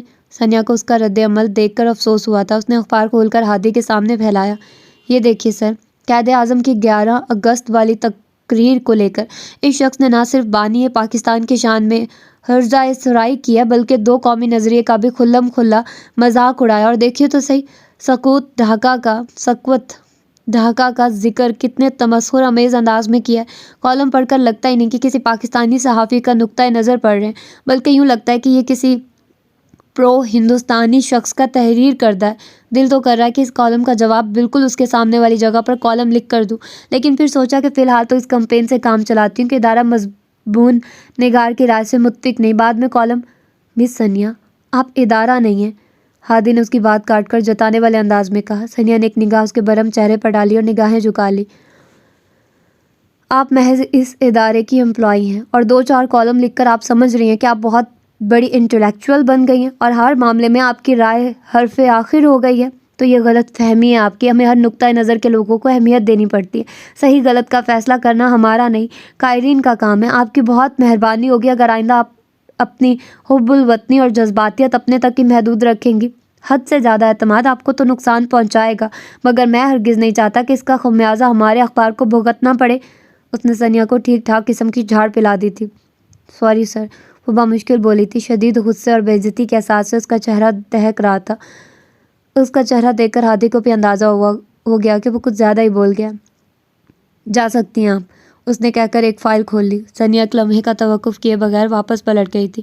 کئی لمحوں تک اس کے ستے ہوئے چہرے اور لرزتی پلکوں کا تصور ہادی کو مضطرب کرتا رہا تھا۔ اس احمق لڑکی کو بابا میرے لیے سوچے بیٹھے ہیں۔ اس نے بابا کی تجویز کو ناقابل عمل گرداننا چاہا تھا، لیکن دھیان بھٹک بھٹک کر سنیا کی آنسوؤں سے بھری آنکھوں کی طرف جا رہا تھا۔ سنیا کو جو ڈوز ابھی پلائی تھی اس میں وہ خود کو حق بجانب سمجھتا تھا، پھر جانے کیوں دل کچھ غلط ہونے کی گھنٹی بجا رہا تھا۔ دل و دماغ کی ان متضاد کیفیتوں پر وہ جھنجھلا سا گیا۔ فائل پٹک کر اس نے ٹائم دیکھا۔ ذرا دیر بعد چیف منسٹر کے ساتھ مدیر ان کی میٹنگ تھی۔ اس نے ڈرائیور کو فون کر کے گاڑی نکالنے کا کہا تھا۔ بیٹا جان، عملی زندگی میں انسان کو جذباتیت کے ساتھ کچھ مصلحتوں اور مجبوریوں کا بھی خیال رکھنا پڑتا ہے۔ وہ 2 گھنٹے بعد لوٹا تھا۔ کمرے میں داخل ہونے لگا تو بابا جان کی آواز سن کر ٹھٹک کر رک گیا۔ وہ کس کو سمجھا رہے تھے؟ ہادی اندازہ لگا سکتا تھا، اور کمرے میں داخل ہونے کے بعد اس کے اندازے کی تصدیق ہو گئی۔ بابا جان کے پاس سنیا سر جھکائے بیٹھی تھی۔ خیریت بابا جان، صبح تو آپ کے آنے کا کوئی پروگرام نہ تھا۔ اس نے انہیں سلام کرتے ہوئے استفسار کیا۔ پروگرام بنتے کیا دیر لگتی ہے؟ بابا جان نے اسے خفگی سے دیکھا تھا۔ ہادی نے بامشکل مسکراہٹ دبائی۔ سنیا کی روئی روئی آنکھوں اور گلابی ہوتی ناک نے یہ حقیقت آشکار کر دی تھی کہ وہ اس کے بابا سے اس کی شکایت کا فریضہ سر انجام دے چکی ہے۔ مس سنیا نے آپ کو چائے بھی پلائی یا منگواؤں؟ اس نے مسکراہٹ دباتے ہوئے پوچھا۔ نہیں، بس میں چل رہا ہوں، آہت کی طرف جانا ہے۔ نوشابہ بھابھی نے ہمایوں کی شادی کے متعلق کچھ ڈسکس کرنا ہے، بابا جان سنجیدگی سے کہتے ہوئے اٹھ گئے تھے، اور سنیا کو اس کے گھر ڈراپ کر رہا ہوں۔ آج اس کی طبیعت ٹھیک نہیں، انہوں نے اسے مطلع کیا، پھر سنیا کو مخاطب کیا تھا۔ اٹھو بیٹا۔ ان کی بات سن کر وہ ایک لمحے کو ہچکچائی تھی، مگر پھر اٹھ گئی۔ میں اپنا بیگ لے آؤں انکل؟ اس نے ہادی سے رسمی اجازت لینے بھی ضرورت محسوس نہیں کی اور دھیرے سے کہہ کر کمرے سے نکل گئی۔ آپ میرے آفس کا ڈسپلن خراب کر رہے ہیں سر، اس نے مصنوعی خفگی جتاتے ہوئے بابا جان کو مخاطب کیا۔ انہوں نے سگار سلگا لیا، گویا اس کی بات کو سنا ہی نہ ہو۔ ہادی ان کی بے نیازی پر ہنس پڑا تھا۔ کیا ہوا تھا صبح؟ شام کو آفس سے واپسی پر حسب توقع بابا کی عدالت میں بیٹھا ہوا تھا۔ صبح؟ ہاں، چیف منسٹر کے ساتھ میٹنگ تھی، وہیں اپنے کارنامے بتانے کے لیے بریفنگ کا اہتمام تھا۔ کوئی نئی بات؟ سنیا کو تم نے کیوں ڈانٹا تھا؟ بابا جان نے اس کی بات کاٹ کر خفگی سے پوچھا۔ ڈانٹنے والی بات پر ہی ڈانٹا تھا، وہ کچھ چڑ کر بولا، اور بہت کوئک سروس ہے محترمہ کی، فٹ آپ سے میری شکایت لگا دی۔ اس نے کوئی تمہاری شکایت نہیں لگائی، میں اتفاقاً وہاں جا نکلا تھا۔ زہر و قطار رو رہی تھی بیچاری، شمسی نے بتایا تھا مجھے۔ انہوں نے اس کی غلط فہمی دور کی۔ تو آپ کو میرا ڈانٹنا نظر آ گیا، اس کی غلطی نظر نہیں آئی؟ آپ جانتے تو ہیں بابا جان کہ دوسرے اخباروں کے مقابلے میں ہماری سرکولیشن کتنی محدود ہوتی جا رہی ہے۔ نام کا قومی اخبار رہ گیا، ورنہ مقامی سطح کا اخبار لگتا ہے۔ اپنے محدود ترین بجٹ میں ہم متین زبیری جیسے 2-3 بڑے ناموں کو اکاموڈیٹ کرتے ہیں، اور محترمہ کی خواہش ہے کہ ہر لکھنے والا ان کی طرح ضمیر کی آواز پر لبیک کر کے لکھے۔ ایسے ہی لوگ زمین کا حسن ہوتے ہیں عادی، سچے من کے اجلے اور نہ ڈر۔ اس کا باپ بھی ایسا تھا۔ ہم مصلحت پسندوں کی دنیا میں چند ایک ایسے سرفروں کی ضرورت ہے عادی، بابا جان کھوئے کھوئے سے انداز میں بولے۔ آپ ریٹائر ہو کر گھر بیٹھ گئے، اس لیے آپ کو ایسی باتیں سوجھ رہی ہیں، مگر میں نے اخبار چلانا ہے، اس نے انہیں حقیقت جتلائی۔ ہاں، غلط تم بھی نہیں ہو، بابا جان نے گہرا سانس لیتے ہوئے تسلیم کیا، لیکن پھر بھی میں یہی کہوں گا کہ تمہیں سنیا کو اس درشتی سے نہیں ڈانٹنا چاہیے تھا، بچی ہے اور بہت حساس بھی۔ بابا جان نے رسانیت سے کہا۔ مانتا ہوں بابا، مگر اسی کی وجہ سے ہی آج شام میں متین زبیری سے ٹیلی فونک جھڑپ بھی ہو گئی ہے۔ ثنیا صحیح کہہ رہی ہے، یہ بندہ بکواس کے سوا کچھ نہیں لکھتا، مگر اور سچ بتاؤں تو اگر ثنیا کے ہرٹ ہونے سے آپ کو تکلیف ہوئی ہے تو اس کی گلابی آنکھوں کو دیکھ کر کم ڈسٹرب میں بھی نہیں ہوا۔ اس نے جیسے بے پرواہی سے اعتراف کیا تھا، اور بابا جان تو خوشی سے بے حال ہو گئے۔ تم سچ کہہ رہے ہو عادی؟ ان کی خوشی چھپائے نہ چھپ رہی تھی۔ کیا متین زبیری سے جھڑپ والی بات؟ آف کورس بابا جان۔ ہو متین زبیری کو گولی مارو، وہ جھنجھلائے۔ مار دی، اس نے مسکراہٹ دبائی۔ ثنیا تمہیں واقعی اچھے لگنے لگی ہے؟ وہ فوراً سے پیشتر تصدیق چاہتے تھے۔ لگتا تو یہی ہے بابا جان، لیکن میں نہیں چاہتا کہ وقتی پسندیدگی کے تحت کوئی قدم اٹھا لوں۔ مجھے ابھی کچھ وقت چاہیے۔ زندگی کے اتنے بڑے فیصلے یوں اچانک نہیں ہوتے۔ سچی بات تو یہ ہے کہ مجھے ابھی خود سمجھ میں نہیں آ رہا کہ وہ لڑکی واقعی خاص ہے یا مجھے خاص لگنے لگی ہے، یا پھر شاید یہ آپ کی برین واشنگ کا اثر ہے۔ I am totally confused. اس نے سچائی سے اپنے دل کی کیفیت بتا ڈالی۔ کچھ وقت گزرنے دو، تمہارے دل کے جذبے خود بخود واضح ہو جائیں گے، انہوں نے اسے محبت سے دیکھتے ہوئے کہا۔ Let's see. ہادی نے کندھے جھکا دیے تھے۔ آج ہمایوں کی مہندی تھی۔ ہمایوں نہ صرف اس کا بہترین دوست تھا بلکہ اس کے مرحوم والد بابا کے بہترین دوستوں میں سے ایک تھے۔ یہی دوستی اگلی نسل میں منتقل ہوئی تھی۔ نوشابہ آنٹی، ہمایوں، ثانیہ، فراز، پوری فیملی سے اس کی بے حد بے تکلفی تھی، اور مہندی کے فنکشن کو فضولیات گرداننے کے باوجود وہ ان سب کے بے حد اصرار پر یہاں آنے پر مجبور ہوا تھا۔ البتہ بابا جان نے مہندی کے فنکشن کو بچوں کا فنکشن کہہ کر شرکت سے معذرت کر لی تھی۔ ہاں، شادی اور ولیمہ میں ان کی شرکت لازمی تھی۔ اس وقت ہمایوں ولا کے وسیع و عریض لان میں رنگ و بو کا سیلاب امڈا ہوا تھا۔ ہمایوں اس وقت اسٹیج پر بیٹھا اپنے سسرالیوں کے نغے میں تھا۔ وہ دور بیٹھا اس کے درگت بنتے دیکھ کر ہنس رہا تھا۔ اچھا بھلا فارن کوالیفائڈ انجینئر، گلے میں پیلا دوپٹہ ڈالے، عجیب بغلول لگ رہا تھا۔ ہنس لیں ہادی بھائی، یہ وقت کبھی نہ کبھی آپ پر بھی آئے گا، تانیہ نے اسے مسکرا کر مخاطب کیا۔ ہمایوں کی چھوٹی بہن تانیہ اسے بھی بہنوں کی طرح ہی عزیز تھی۔ ایسی حماقتیں میری پرسنالٹی سے میچ نہیں کرتی یار، ہم صرف شادی اور ولیمہ کا فنکشن منعقد کر کے سنت مسنونہ پوری کریں گے۔ وہ ہنسا تھا۔ گریٹ ڈیولپمنٹ ہادی بھائی، آج پہلی بار آپ کے منہ سے شادی کا نام سنا، گویا شادی پر راضی ہو گئے ہیں آپ۔ تانیہ چہکی تھی۔ وہ اس کی چالاکی پر ہنس پڑا، اور ہنستے ہنستے سامنے نگاہ پڑی تو مسکراہٹ کو بریک لگ گئے۔ وہ 100% ثنیا ہی تھی، مگر اس محفل میں اس کی موجودگی نے اسے حیران کر دیا تھا۔ اس نے تانیہ کو مخاطب کر کے اس سے پوچھنا چاہا تھا، مگر اس سے پہلے ہی تانیہ کسی کے پکارنے پر چلی گئی تھی۔ ہادی دوبارہ ثنیا کی جانب متوجہ ہوا۔ وہ کافی مختلف اور پیاری لگ رہی تھی۔ ہادی کو عموماً لڑکیوں کے حلیے اور ڈریسنگ سے کوئی سروکار نہیں ہوتا تھا۔ کسی لڑکی کے ساتھ 2 گھنٹے بیٹھنے کے بعد بھی وہ نہیں بتا سکتا تھا کہ اس نے کس رنگ کے کپڑے پہنے ہوئے تھے، لیکن ثنیا پر ایک اچرتی نگاہ ڈال کر اس کو پتہ چل گیا تھا کہ وہ آج زرد رنگ کے جوڑے میں ملبوس ہے۔ اس کے بالوں کی ڈھیلی سی چٹیاں اور ہاتھوں میں گجرے۔ ہادی نے چند سیکنڈوں میں ہی اس کا بھرپور جائزہ لے لیا تھا۔ اس کی مختصر ترین تعریف یہ ہو سکتی تھی: خوبصورت مگر باوقار۔ بابا کی پسند لاجواب تھی۔ وہ اتنی دیر کس لیے کر رہا تھا؟ اس نے مسکراتے ہوئے سوچا۔ تھوڑی ہی دیر میں وہ منظر سے غائب ہو گئی تھی۔ ہادی کو تقریب کے رنگ مانیت لگنے لگے۔ لڑکیوں کے جھرمٹ میں آنکھیں پھاڑ پھاڑ کر اسے تلاشنے کے بجائے ہادی نے تقریب سے رخصت ہونے میں ہی بہتری جانی۔ ویسے بھی رات کافی بیت چکی تھی۔ اس نے اسٹیج پر جا کر ہمایوں سے اظہار ہمدردی کیا، پھر رخصت کی اجازت چاہی۔ ٹھیک ہے یار، مصروف بندے ہو، نہیں روکتے تمہیں۔ ہمایوں اٹھ کر گلے ملا تھا۔ جا رہے ہو بیٹا؟ اتنے میں نوشابہ آنٹی بھی ساڑی کا پلو سنبھالتی ادھر آ نکلی۔ جی آنٹی، اب چلوں گا، اس نے سعادت مندی سے جواب دیا۔ مما، یہ فراز کا بچہ جانے کہاں چلا گیا؟ اینی آپی کو چھوڑنے جانا تھا۔ اتنے میں ہی تانیہ بولتے ہوئے قریب آئی تھی۔ تو ہادی ڈراپ کر دے گا نا اینی کو، راستے میں ہی تو پڑے گا اینی کا گھر، نوشابہ آنٹی نے اطمینان سے کہا تھا، اور وہ گڑبڑا کر رہ گیا۔ رات کے اس پہر جانے کس محترمہ کو ڈراپ کرنے کی ذمہ داری سونپی جا رہی تھی؟ وہ انکار کے لیے مناسب الفاظ سوچ رہا تھا کہ نوشابہ آنٹی نے کسی کو پکار بھی لیا۔ اینی بیٹا، اور چند لمحوں بعد جو صورت قریب آئی تھی اسے دیکھ کر ہادی کو آج کی تاریخ میں حیرت کا دوسرا جھٹکا لگا تھا۔ السلام علیکم سر۔ ثنیا کی بھی اس پر نگاہ پڑ گئی تھی۔ جب بھی سلام کیا، پھر نوشابہ کی طرف متوجہ ہوئی۔ ہاں بیٹا، میں کہہ رہی ہوں کہ تم ہادی کے ساتھ کیوں نہیں چلی جاتی؟ یہ ڈراپ کر دے گا تمہیں؟ نوشابہ آنٹی کو ثنیا کے سلام کرنے پر حیرت نہیں ہوئی تھی، گویا وہ جانتی تھی کہ ثنیا اسی کے آفس میں کام کرتی ہے۔ لیکن حیرت اس بات کی تھی کہ وہ نوشابہ آنٹی کی فیملی اور ثنیا کے تعلق سے کوئی واقف نہ تھا۔ آج سے پہلے اس نے ثنیا کو کبھی ان کی فیملی تقریبات میں نہیں دیکھا تھا، اور نوشابہ آنٹی کے کہنے پر ثنیا کے چہرے پر ایک لمحے کو تذبذب کے آثار نمودار ہوئے تھے، لیکن پھر اس نے سر ہلا کر اقرار کر لیا۔ نوشابہ آنٹی اور تانیہ سے گلے مل کر وہ ہادی کی ہمراہی میں آگے بڑھ گئی تھی۔ گاڑی سبق خرامی سے سڑک پر دوڑ رہی تھی۔ ایڈریس بتانے کے بعد ثنیا نے چپ سادھ لی تھی۔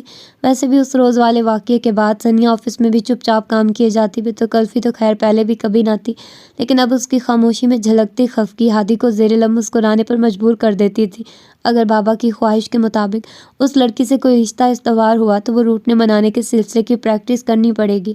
اپنے پہلو میں ثنیا کی موجودگی آج بہت سے لطیف احساسات کو بیدار کر رہی تھی۔ 15 منٹ بعد سفر کا اختتام ہوا تھا۔ ہادی نے اس کے گھر کے سامنے گاڑی روکی۔ سناٹے اور تاریکی کی وجہ سے اس نے فوراً ہی گاڑی بھگا لے جانا مناسب نہ سمجھا۔ ثنیا بیل دے کر گیٹ کھلنے کی منتظر تھی اور ہادی اس کے اندر جانے کا۔ 2-3 منٹ کے انتظار کے بعد گیٹ کھل گیا تھا۔ ہادی نے مطمئن ہو کر گاڑی سٹارٹ کر دی، لیکن حیرت انگیز طور پر ثنیا دروازے کے اندر جانے کے بجائے واپس پلٹی۔ امی کہہ رہی ہیں آپ چائے پی کر جائیے گا۔ ہادی کے لبوں پر بے ساختہ مسکراہٹ پھیل گئی۔ کہنا تو چاہتا تھا کہ بی بی لگتا ہے آپ کی امی نے یہ مینرز آپ کو نہیں سکھائے۔ وہ مسکراتے ہوئے گاڑی سے اترا۔ ثنیا کی امی سے ملنے میں کوئی حرج تو نہ تھا۔ اس کے پیچھے گھر میں داخل ہو کر اس نے دائیں طرف کھڑی خاتون کو سلام کیا تھا۔ وہ یقیناً ثنیا کی امی تھی۔ وعلیکم السلام، جیتے رہو، انہوں نے بہت شفقت سے سلام کا جواب دیا۔ میں نے ابھی نوشابہ کو فون کیا تھا، اس نے بتایا عینی کو ہادی ڈراپ کرے گا۔ میں نے سوچا چلو اس بہانے تم سے بھی ملاقات ہو جائے گی، ویسے تو بہت مصروف بندے ہو تم، آنے کی فرصت نکالنا مشکل ہے۔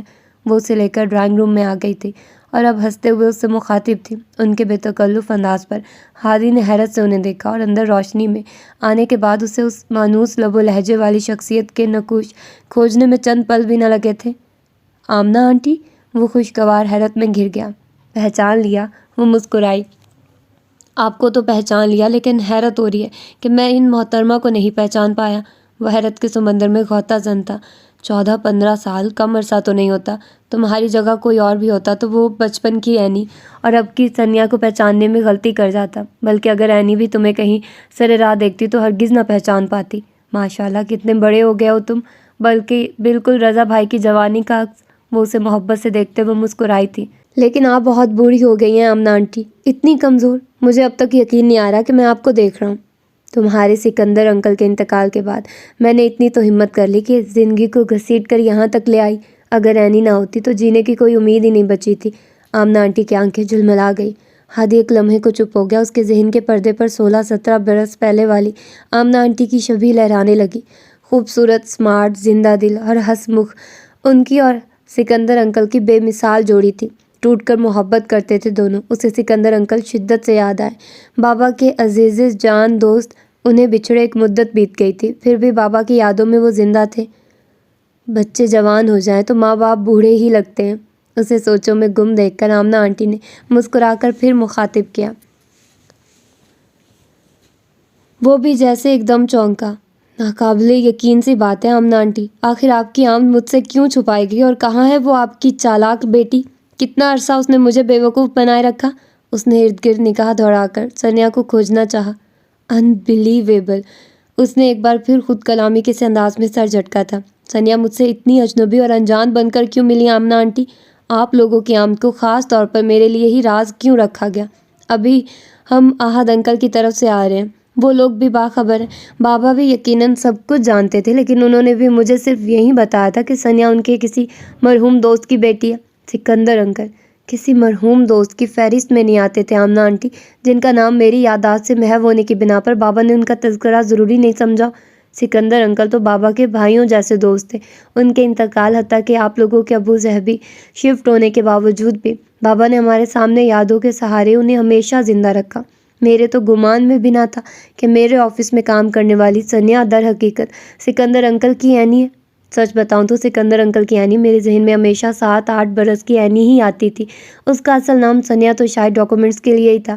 میرے ذہن سے یہ نام محو ہو چکا تھا، لیکن اس نے اپنی شناخت مجھ سے کیوں چھپائی؟ وہ حیران تھا، قدرے ناراض اور الجھا ہوا بھی۔ ذرا دیر پہلے آمنہ آنٹی کو اچانک دیکھ کر ملنے والی خوشی پر خفگی کا رنگ غالب آ رہا تھا۔ میں تمہیں کیا بتاؤں ہادی، بہت لمبی ناک ہے میری بیٹی کی۔ وہ ہرگز کسی سفارش کے بل پر جاب حاصل نہیں کرنا چاہتی تھی، بلکہ وہ تو رضا بھائی سے بھی اس بات پر بھی ناراض ہو گئی تھی کہ انہوں نے اسے تمہارے سامنے اپنے کسی دوست کی بیٹی بھی ظاہر کیوں کیا۔ اسے خدشہ تھا کہ اگر وہ اپنی پہچان ظاہر کر دے گی تو اسے اپنی صلاحیتیں آزمانے کا موقع نہیں ملے گا۔ سکندر کا حوالہ اس کے لیے خود بخود آسانیاں پیدا کر دے گا، اور آپ اور بابا جان بھی اس کی بے وقوفی میں اس کے ساتھ شریک ہو گئے۔ اس نے کچھ خفگی سے انہیں دیکھا۔ مجبوری تھی بیٹا، ایک بات ہم نے اس کی مانی تو ایک اسے ہماری ماننی پڑی۔ ہمیں یہ تو اطمینان ہو گیا کہ وہ تمہارا اخبار ہی جوائن کر رہی ہے، ورنہ جیسی سرپھری اور جذباتی وہ ہے، جانے اس کی بے وقوفیوں کے کیا نتائج ہمیں بھگتنے پڑتے۔ آمنہ آنٹی کے کہنے پر وہ مسکرا دیا۔ وہ خود بھی تو اسے اس کی بے وقوفیوں سمیت بھگت رہا تھا۔ لیکن آج جب مجھے پتہ چلا کہ تم اسے چھوڑنے آ رہے ہو تو مجھ سے رہا نہیں کیا۔ آخر کب تک تم سے نہ ملتی؟ آمنہ آنٹی نے اسے محبت سے دیکھتے ہوئے کہا۔ اتنے میں سنیا بھی چائے کی ٹرے لیے اندر داخل ہوئی۔ ہادی نے ایک نگاہ اس کے خفا سے چہرے پر ڈالی اور اس کے ہونٹوں پر بے ساختہ مسکراہٹ پھیل گئی۔ اس پیاری سی لڑکی سے کتنا قریبی تعلق نکل آیا، لیکن گزرے ہوئے ماہوں سال نے اتنا تو فاصلہ پیدا کر ہی دیا تھا کہ وہ بے تکلفی سے اسے اینی کہہ کر مخاطب نہ کر پایا۔ جی تو مس سنیا، آپ سمجھ رہی تھی کہ آپ کی شناخت مجھ سے چھپی رہے گی؟ اس نے ہادی کو چائے کا کپ تھمایا تو وہ اسے مخاطب کرنے سے خود کو روک نہ پایا۔ وہ جیسے زبردستی مسکراتے ہوئے چپ چاپ ماں کے پہلو میں جا کر بیٹھ گئی۔ اتنے عرصے تک میں آپ کے کالم پڑھ کر ناحق متاثر ہوتا رہا، اب پتہ لگ رہا ہے کہ آپ کا طرز تحریر کچھ جانا پہچانا سا کیوں لگتا تھا۔ بالکل سکندر انکل جیسا انداز، وہی اسلوب، فکروں میں ویسی ہی کاٹ۔ اب پتہ چلا کہ اس میں آپ کا تو کوئی کمال نہیں، بلکہ یہ تو سکندر انکل کی طرف سے آپ کو وراثت میں ملی صلاحیت ہے۔ وہ اسے چھیڑ رہا تھا، کچھ بولنے پر اکسا رہا تھا۔ اگر آپ کو میرے طرز تحریر میں ابو کی جھلک ملتی ہے تو it's a compliment for me sir. Sania نے اس کا داؤ الٹ دیا تھا۔ وہ چائے کا سپ لیتے ہوئے بے ساختہ ہنس پڑا۔ آمنہ آنٹی بھی مسکرا دی تھی۔ رات گئے وہ گھر لوٹا تھا، بابا کے کمرے میں جھانکا۔ وہ کسی کتاب کے مطالعے میں مصروف تھے۔ ٹائم دیکھا ہے آپ نے؟ اب تک سوئے کیوں نہیں؟ اس نے دروازہ کھول کر اندر جھانکا۔ ہاں بس سونے ہی لگا تھا۔ تم سناؤ، بہت دیر لگا دی، پورا فنکشن بھگتا کر آئے ہو کیا؟ بابا نے حیرانی سے استفسار کیا۔ اپنے بیٹے کی طبیعت کا انہیں بخوبی اندازہ تھا، ایسے ہنگاموں سے اس کی جان جاتی تھی۔ نہیں بابا، فنکشن سے تو جلد ہی اٹھ گیا تھا، پھر رینی کو چھوڑنے گھر چلا گیا۔ وہاں آمنہ آنٹی سے گپ شپ میں وقت گزرنے کا پتہ ہی نہیں چلا۔ اس نے نارمل سے انداز میں جواب دیا، لیکن بابا کا چونکنا فطری امر تھا۔ اوکے بابا، گڈ نائٹ، آرام کریں، رات بہت ہو گئی ہے، میں بھی خاصا تھک چکا ہوں، اب سوؤں گا۔ اس سے بیشتر بابا کوئی بات کرتے، انہیں بولنے کا موقع دیے بغیر ہی وہ پلٹ گیا تھا۔ اس کا یہ نارمل انداز شدید ترین خفگی کا مظہر تھا۔ وہ مسکراتے ہوئے سر کھجانے لگے۔ اب باقی رات بیٹے کو منانے کا طریقہ سوچنا تھا۔ رضا، احد اور سکندر تینوں بہت گہرے دوست تھے، بچپن، لڑکپن اور جوانی۔ وقت گزرنے کے ساتھ دوستی کا رشتہ مزید اٹوٹ ہو گیا، حالانکہ تینوں کی فیلڈز بالکل الگ تھی۔ احد سول سروس میں چلے گئے۔ رضا کے والد پبلشر تھے۔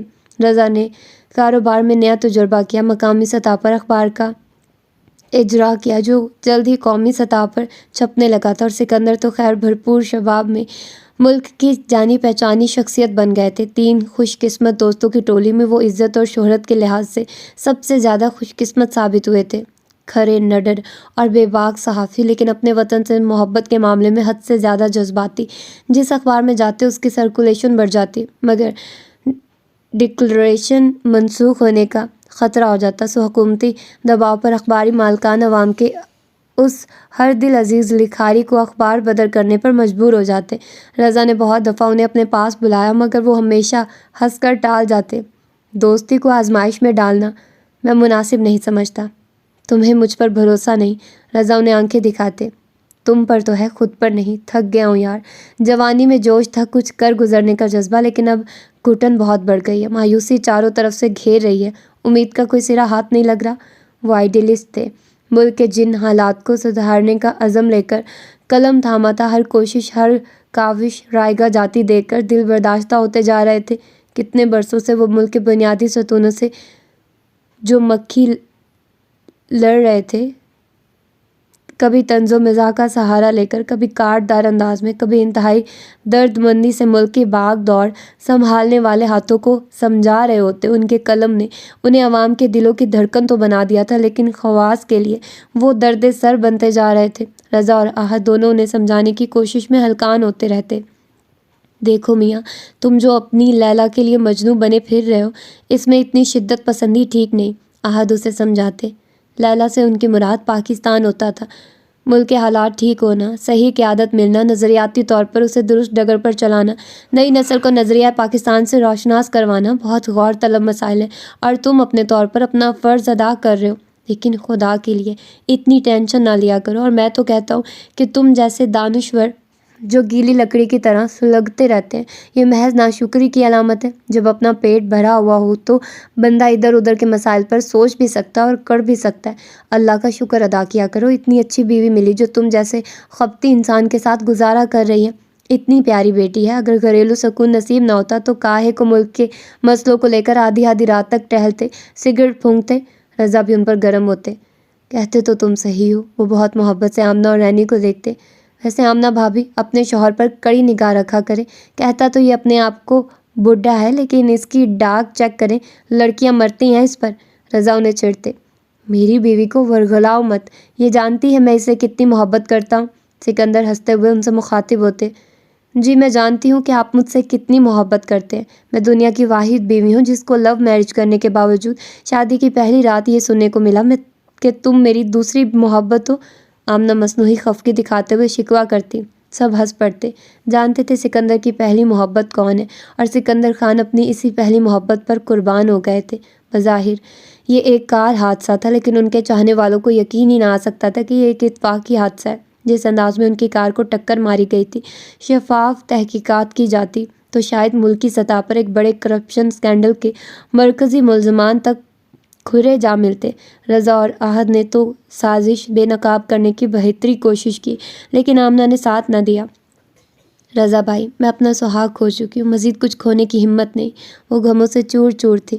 پھر کچھ ہی عرصے بعد وہ اپنے والد کے پاس ابو ظہبی چلی گئی تھی۔ ایک ہستا بستا گھر یوں اجڑا تھا جیسے کبھی روئے زمین پر اس کا وجود ہی نہ تھا۔ رضا نے بچھڑے دوست کی یادوں کو ہمیشہ سینے سے لگائے رکھا۔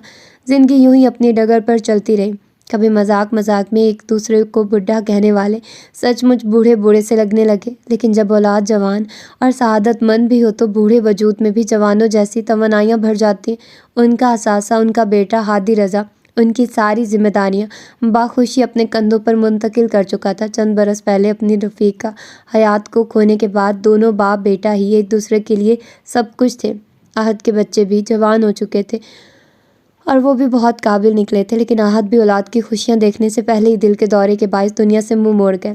3 دوستوں کی تکون تو کب کی ٹوٹ چکی تھی، لیکن اتنے پیاروں کی جدائی کا صدمہ سہنے کے بعد رضا کا خود بھی زندگی پر سے اعتبار اٹھنے لگا تھا۔ وہ جلد از جلد ہادی کا گھر بسا کر اس کی خوشیاں دیکھنا چاہتے تھے، اور ویسے بھی عملی زندگی کی ذمہ داریوں سے فراغت پا کر ان کے پاس کرنے کو کچھ تھا ہی نہیں۔ پوتے پوتیاں کھلانے کی خواہش ہر گزرتے دن کے ساتھ کبھی سے کبھی تر ہوتی جا رہی تھی، لیکن ہادی تھا کہ ہمیشہ سنی انسنی کر دیتا۔ رضا جانتے تھے کہ وہ اپنے لیے لڑکی پسند کرنے کی فرصت بھی نہیں نکال پائے گا، سو یہ ذمہ داری انہوں نے از خود اپنے کندھوں پر منتقل کر لی۔ لیکن سچ تو یہ تھا کہ 20 لڑکیوں کو اس نظر سے دیکھنے کے باوجود کوئی بھی لڑکی انہیں اپنے قابل بیٹے کے قابل نہ لگی۔ وہ بہت سلجھا ہوا شخص تھا اور یقیناً کسی بہت پیاری اور سلجھی ہوئی لڑکی کا حقدار تھا۔ اپنی تلاش میں ناکام ہونے کے بعد جب وہ مایوس ہونے لگے تو قدرت ان کی مدد کو آئی۔ 15 برس بعد ان کے عزیز جان دوست کی بیٹی ان کے سامنے تھی، ثانیہ سکندر خان، جو ان سب کی پیاری اینی تھی۔ کل کی بات لگتی تھی جب وہ سرخ و سفید رنگت والی گول مٹول سی بچی جو اپنے رضا انکل کے کندھے سے جھول کر اپنی فرمائشیں پوری کراتی تھی، اپنے جگری دوست کی بیٹی کو، اس کی نشانی کو اتنے برسوں بعد اپنے سامنے دیکھ کر ان کی آنکھوں کے سامنے برسوں پرانے منظر پھرنے لگے تھے۔ کتنی بڑی، کتنی پیاری ہو گئی تھی۔ اس کی شخصیت میں وہی وقار اور تمکنت تھی جو ان کے بچھڑے دوست کی شخصیت کا خاصہ تھی۔ ابو ظہبی میں اتنے برس گزارنے کے بعد آمنہ بیٹی کو لے کر بالآخر وطن لوٹ آئی تھی۔ ان کے شفیق والد بھی عمر گزار کر اللہ کو پیارے ہو چکے تھے۔ بھائی اپنی اپنی دنیاؤں میں مگن تھے۔ والد اپنی جائیداد کا بڑا حصہ بیٹی اور نواسی کے نام منتقل کر گئے تھے، جس کی وجہ سے بھائیوں کے رویے میں مزید بیگانگی اتر آئی تھی۔ اجنبی سرزمین پر گزرتے دن کے ساتھ اجنبی ترین ہوتی جا رہی تھی۔ پھر رانی تھی جس کو وطن کی محبت وراثت میں ملی تھی۔ جیسے جیسے وہ شعور سنبھالتی گئی، وطن واپسی کا مطالبہ زور پکڑتا گیا۔ آخر رانی کی ضد اور حالات کے جبر کے تحت آمنہ پھر پاکستان آ گئی تھی۔ والد کی ترکے میں ملے ہوئے مکان میں منتقل ہونے اور اس سرزمین پر سیٹ ہونے میں انہیں کس قدر دشواری کا سامنا کرنا پڑتا۔ اگر آہت کی بیگم نوشابہ، ان کے بچوں اور خصوصاً رضا صاحب کا تعاون شامل ہے، یہ حال نہ ہوتا۔ رضا نے ہادی سے ان کی آمد چھپائی تو صرف اور صرف سنیا کی ضد کی وجہ سے۔ وہ سکندر کے حوالے کے بغیر اپنی صلاحیتیں منوانا چاہتی تھی اور رضا اس پیاری سی بیٹی کی بات ٹال نہ سکے۔ اس روشن پیشانی والی بچی کو انہوں نے تصور میں کئی بار ہادی کے پہلو میں کھڑا کر کے دیکھا تھا، اور ہر بار یہ خوش کن تصور ان کے دل کو بے پناہ مسرتوں سے ہمکنار کر دیتا۔ وہ اگر سکندر کی بیٹی نہ ہوتی تب بھی ایک آئیڈیل لڑکی تھی، اور اب تو اس کی ذات سے جڑا حوالہ ہی اتنا مضبوط تھا کہ انہیں اپنے عزیز بیٹے کے لیے اس سے زیادہ موزوں اور کوئی نہ لگتی۔ انہیں ہادی کی توجہ اس کی جانب مبذول کروانے کے لیے زیادہ محنت نہیں کرنی پڑی تھی۔ وہ اتنی پیاری شخصیت رکھتی تھی کہ ہادی کا دل بھی خود بخود اس کی طرف کھنچنے لگا تھا۔ اور اب وہ موقع آن پہنچا تھا کہ رضا ہادی کو حقیقت حال سے باخبر کر دیتے کہ وہی ہوا جس کا انہیں خدشہ تھا۔ آہت کے بیٹے ہمایوں کی شادی میں ہادی پر حقیقت کھل گئی تھی۔ وہ خفا تھا، بے حد خفا، اور یہ خفگی اس کا حق تھی، لیکن رضا جانتے تھے کہ یہ ناراضگی خفگی بہت جلد دور ہو جائے گی، اور اگلی صبح ناشتے کی میز پر انہوں نے بیٹے کو منانے کا آغاز کر دیا تھا۔ میری سمجھ میں نہیں آ رہا کہ اتنے عرصے تک آپ نے اس کی شناخت مجھ سے چھپائے رکھی۔ آخر کیوں بابا؟ بہت دیر تک خاموشی سے منہ پھلائے رکھنے کے بعد آخر اس کی خفگی پر افسوس کا رنگ غالب آ گیا تھا۔ مجبوری تھی یار، اس نے تمہارے اخبار کو جوائن کرنے کی واحد شرط ہی یہ رکھی تھی، اور میں ہرگز نہیں چاہتا تھا کہ میرے مرحوم دوست کی واحد نشانی کسی مشکل یا مصیبت میں گرفتار ہو۔ وہ جذباتی ترین شخص کی اولاد ہے اور بالکل اپنے باپ کا پرتو۔ میں اسے کہیں اور کیسے بھیج سکتا تھا؟ اور پھر جلد یا بدیر تمہیں پتہ لگنا ہی تھا۔ میں نے سوچا چلو اس بہانے تمہاری یادداشت کا امتحان ہو جائے۔ جی، اور بری طرح فیل ہو گیا ہے آپ کا بیٹا یادداشت کے اس امتحان میں۔ وہ چڑ گیا۔ بابا جان ہنس پڑے تھے۔ بالکل بدل گئی ہے بابا، اس نے اپنی حیرت کا اظہار کیا تھا۔ بہت پیاری ہو گئی ہے نا؟ وہ شرارت سے مسکرائے۔ پیاری تو خیر بچپن میں بھی بہت تھی۔ اس نے ان کی شرارت بھری نگاہیں قصداً نظر انداز کی تھی۔ پھر اس پیاری لڑکی کی ماں سے بات کر لوں تمہارے لیے؟ وہ گھما پھرا کر بات وہیں لے آئے۔ ہادی ہنس پڑا تھا۔ آپ ہتھیلی پر سرسوں جما کر دم لیں گے بابا، ابھی مجھے تھوڑا سا تو وقت دیں۔ اس شوق سے سنبھلنے دے کہ سنیا در حقیقت عینی ہے، آمنہ آنٹی اور سکندر انکل کی عینی، جس کو بچپن میں دیکھا کرتا تھا تو تب وہ 2 پونیاں بنائے فراک پہنے گڑیا سے کھیلتی تھی۔ ذہن کو یہ ساری صورتحال قبول کرنے کے لیے ذرا سا وقت دیں، وہ رسانیت سے بولا۔ اب ایسی بھی کوئی انوکھی صورتحال نہیں ہے جس کو تمہارا ذہن قبول نہیں کر رہا، لیکن چلو خیر، جیسے تمہاری مرضی۔ بابا نے گویا ہتھیار ڈال دیے تھے۔ اور سنائیے رضا بھائی، اب آپ ہادی کی شادی کے لڈو کب کھلا رہے ہیں؟ نوشابہ آنٹی بابا سے مخاطب تھی۔ آج ہمایوں کا ولیمہ تھا، تقریب میں سبھی شریک تھے۔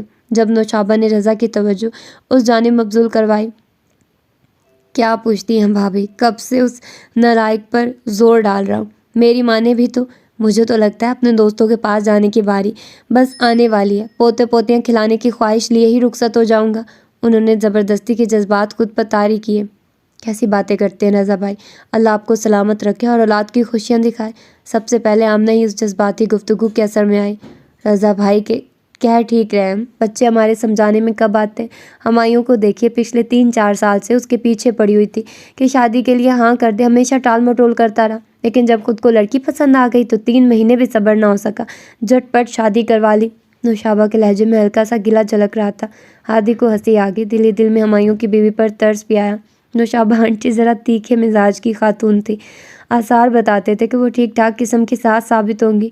بس بھابھی، بچے دیکھتے ہی دیکھتے بڑے ہو جاتے ہیں، پھر ان کے اپنے فیصلے، اپنی پسند، اپنی مرضی چلتی ہے۔ بابا جان نے بھی نوشابہ آنٹی کی ہاں میں ہاں ملائی تھی۔ واقعی بچے تو دیکھتے ہی دیکھتے بڑے ہو جاتے ہیں، نوشابہ آنٹی نے ان کی تائید کی، اور اسی لمحے ان کی نگاہ کچھ فاصلے پر کھڑی سنیا پر پڑی تھی۔ ان کے لبوں پر پیار بھری مسکراہٹ پھیل گئی۔ اور بچیاں دیکھتے ہی دیکھتے کتنی پیاری ہو جاتی ہیں، ماشاءاللہ، اپنی عینی کو دیکھیے۔ نوشابہ آنٹی کے کہنے پر سب نے ہی اس جانب دیکھا تھا۔ ہادی کی اسے آج سلام دعا ہو چکی تھی۔ کچھ دیر آمنہ آنٹی اور بابا کے پاس بیٹھنے کے بعد اسے تانیہ نے اپنی دوستوں سے ملوانے کے لیے بلا لیا تھا۔ اب بھی وہ تانیہ کی کزنز اور دوستوں کے پاس بیٹھ کھڑی تھی۔ ہادی چند لمحوں کے وقفے سے نگاہیں اس کی طرف اٹھانے پر خود کو مجبور پاتا تھا۔ اس کے چہرے پر کتنی ملائمت، کتنی معصومیت، کتنی پاکیزگی تھی۔ پتہ نہیں وہ باقی لڑکیوں سے واقعی مختلف تھی یا صرف اسی کو لگ رہی تھی، لیکن اب نوشابہ آنٹی بھی تو کچھ اسی قسم کی بات کر رہی تھی۔ وہ واقعی سب سے پیاری، سب سے مختلف تھی۔ ثانیہ پر ایک اور نگاہ ڈالنے کے بعد ہادی کو اعتراف کرنا پڑا تھا۔ اور ہاں آمنہ بھابھی، اس روز مہندی کی تقریب میں تو آپ آئی نہیں تھی۔ میں آپ کو بتانا بھول گئی کہ اپنی مسز بیگ بہت دلچسپی لے رہی تھی اینی میں۔ آج ابھی تک وہ نظر نہیں آئے، ورنہ میں ملواتی آپ کو ان سے۔ کیا ہینڈسم ہے ان کا بیٹا، CSS کر کے فورن سروس میں گیا ہے۔ اسی کے لیے لڑکی ڈھونڈتی پھر رہی ہیں۔ کوئی ایسی ویسی لڑکی تو ان کی ناک کے نیچے آتی بھی نہیں، لیکن اپنی اینی۔ نوشابہ آنٹی جانے کیا کچھ بتا رہی تھی۔ ہادی نے بے چین ہو کر پہلو بدلا۔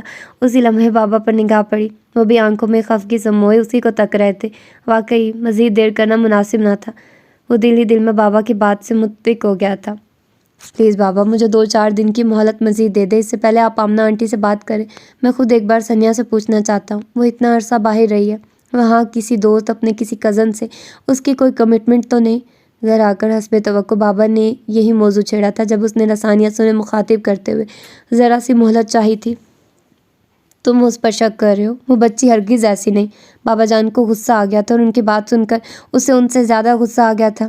کیسی بات کر رہے ہیں بابا؟ میں اس پر شک نہیں کر رہا، محض اپنا اطمینان چاہ رہا ہوں کہ کہیں انجانے میں ثانیہ کے ساتھ زیادتی نہ ہو جائے۔ آمنہ آنٹی آپ کے احترام اور لحاظ میں یہ رشتہ جوڑ دے، جبکہ ثانیہ اس پر راضی نہ ہو۔ شادی زندگی بھر کا بندھن ہے اور یہ معاملے یک طرفہ پسندیدگی سے طے نہیں کیے جاتے۔ اچھا بابا، کر لو اپنی تسلی، لیکن جو کچھ پوچھنا ہے جلد پوچھ ڈالو۔ اگر بیگ صاحب نے اپنے بیٹے کے لیے پیام ڈال دیا تو آمنہ بھابھی سوچ میں پڑ جائیں گی۔ بہت قابل اور لائق ہے ان کا بیٹا، بابا جان نے اسے جتایا۔ میں بھی کچھ اتنا نالائق نہیں سر۔ وہ کچھ خفا ہو گیا۔ بابا جان ہنس پڑے تھے۔ اور 2-4 دن کے مہلت گزرے بھی 4-6 دن ہو چکے تھے۔ وہ اب تک ثانیہ سے اس موضوع پر بات نہ کر پایا تھا۔ روز آفس میں آمنا سامنا ہوتا تھا، لیکن اتنا خود اعتماد سا بندہ اس معاملے میں خود کو لاچار پاتا تھا۔ دل میں مضمون باندھنے لگتا، مگر ثانیہ کے سبھی چہرے پر نظر پڑتے ہی الفاظ گم ہو جاتے۔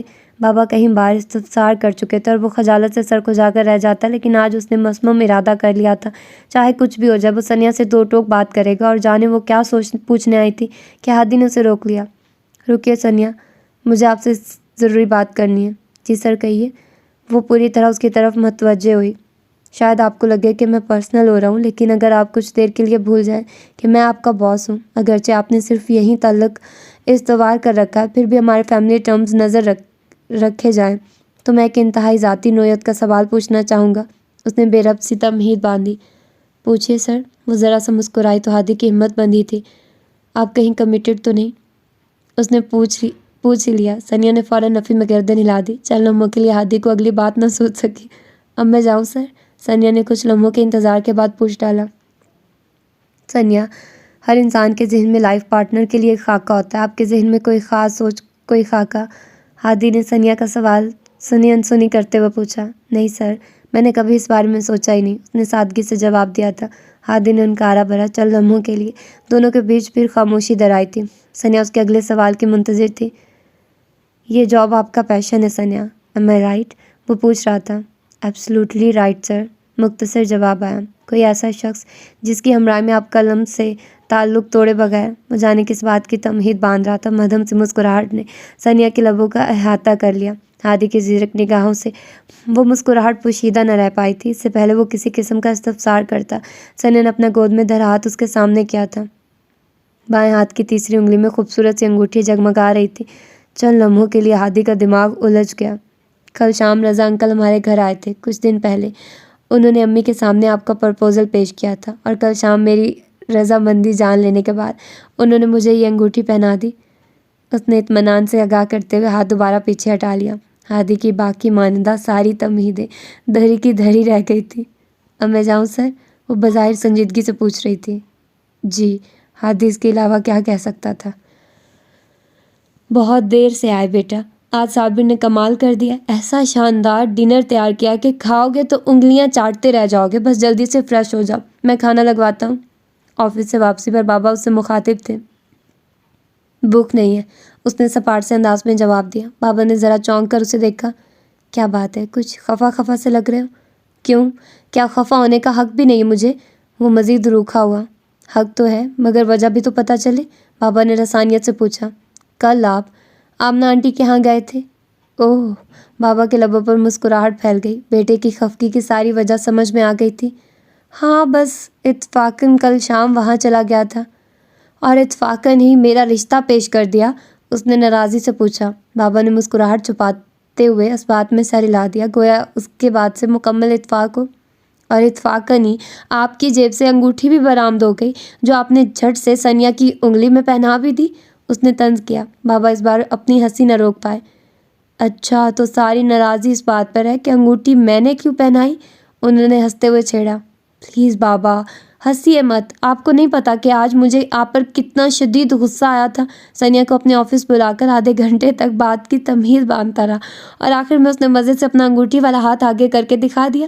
سخت چغ محسوس کر رہا تھا میں اس وقت اپنے آپ کو، اسے وہ وقت یاد کر کے نئے سرے سے خفت محسوس ہوئی تھی۔ غلطی واقعی میری ہے، لیکن تم خود سوچو میں کب تک تمہارے آسرے پر بیٹھا رہتا؟ وہاں مسز بیگ باقاعدہ رشتہ مانگنے آنے والی تھی، اور تمہیں ثنیا کی رضامندی درکار تھی۔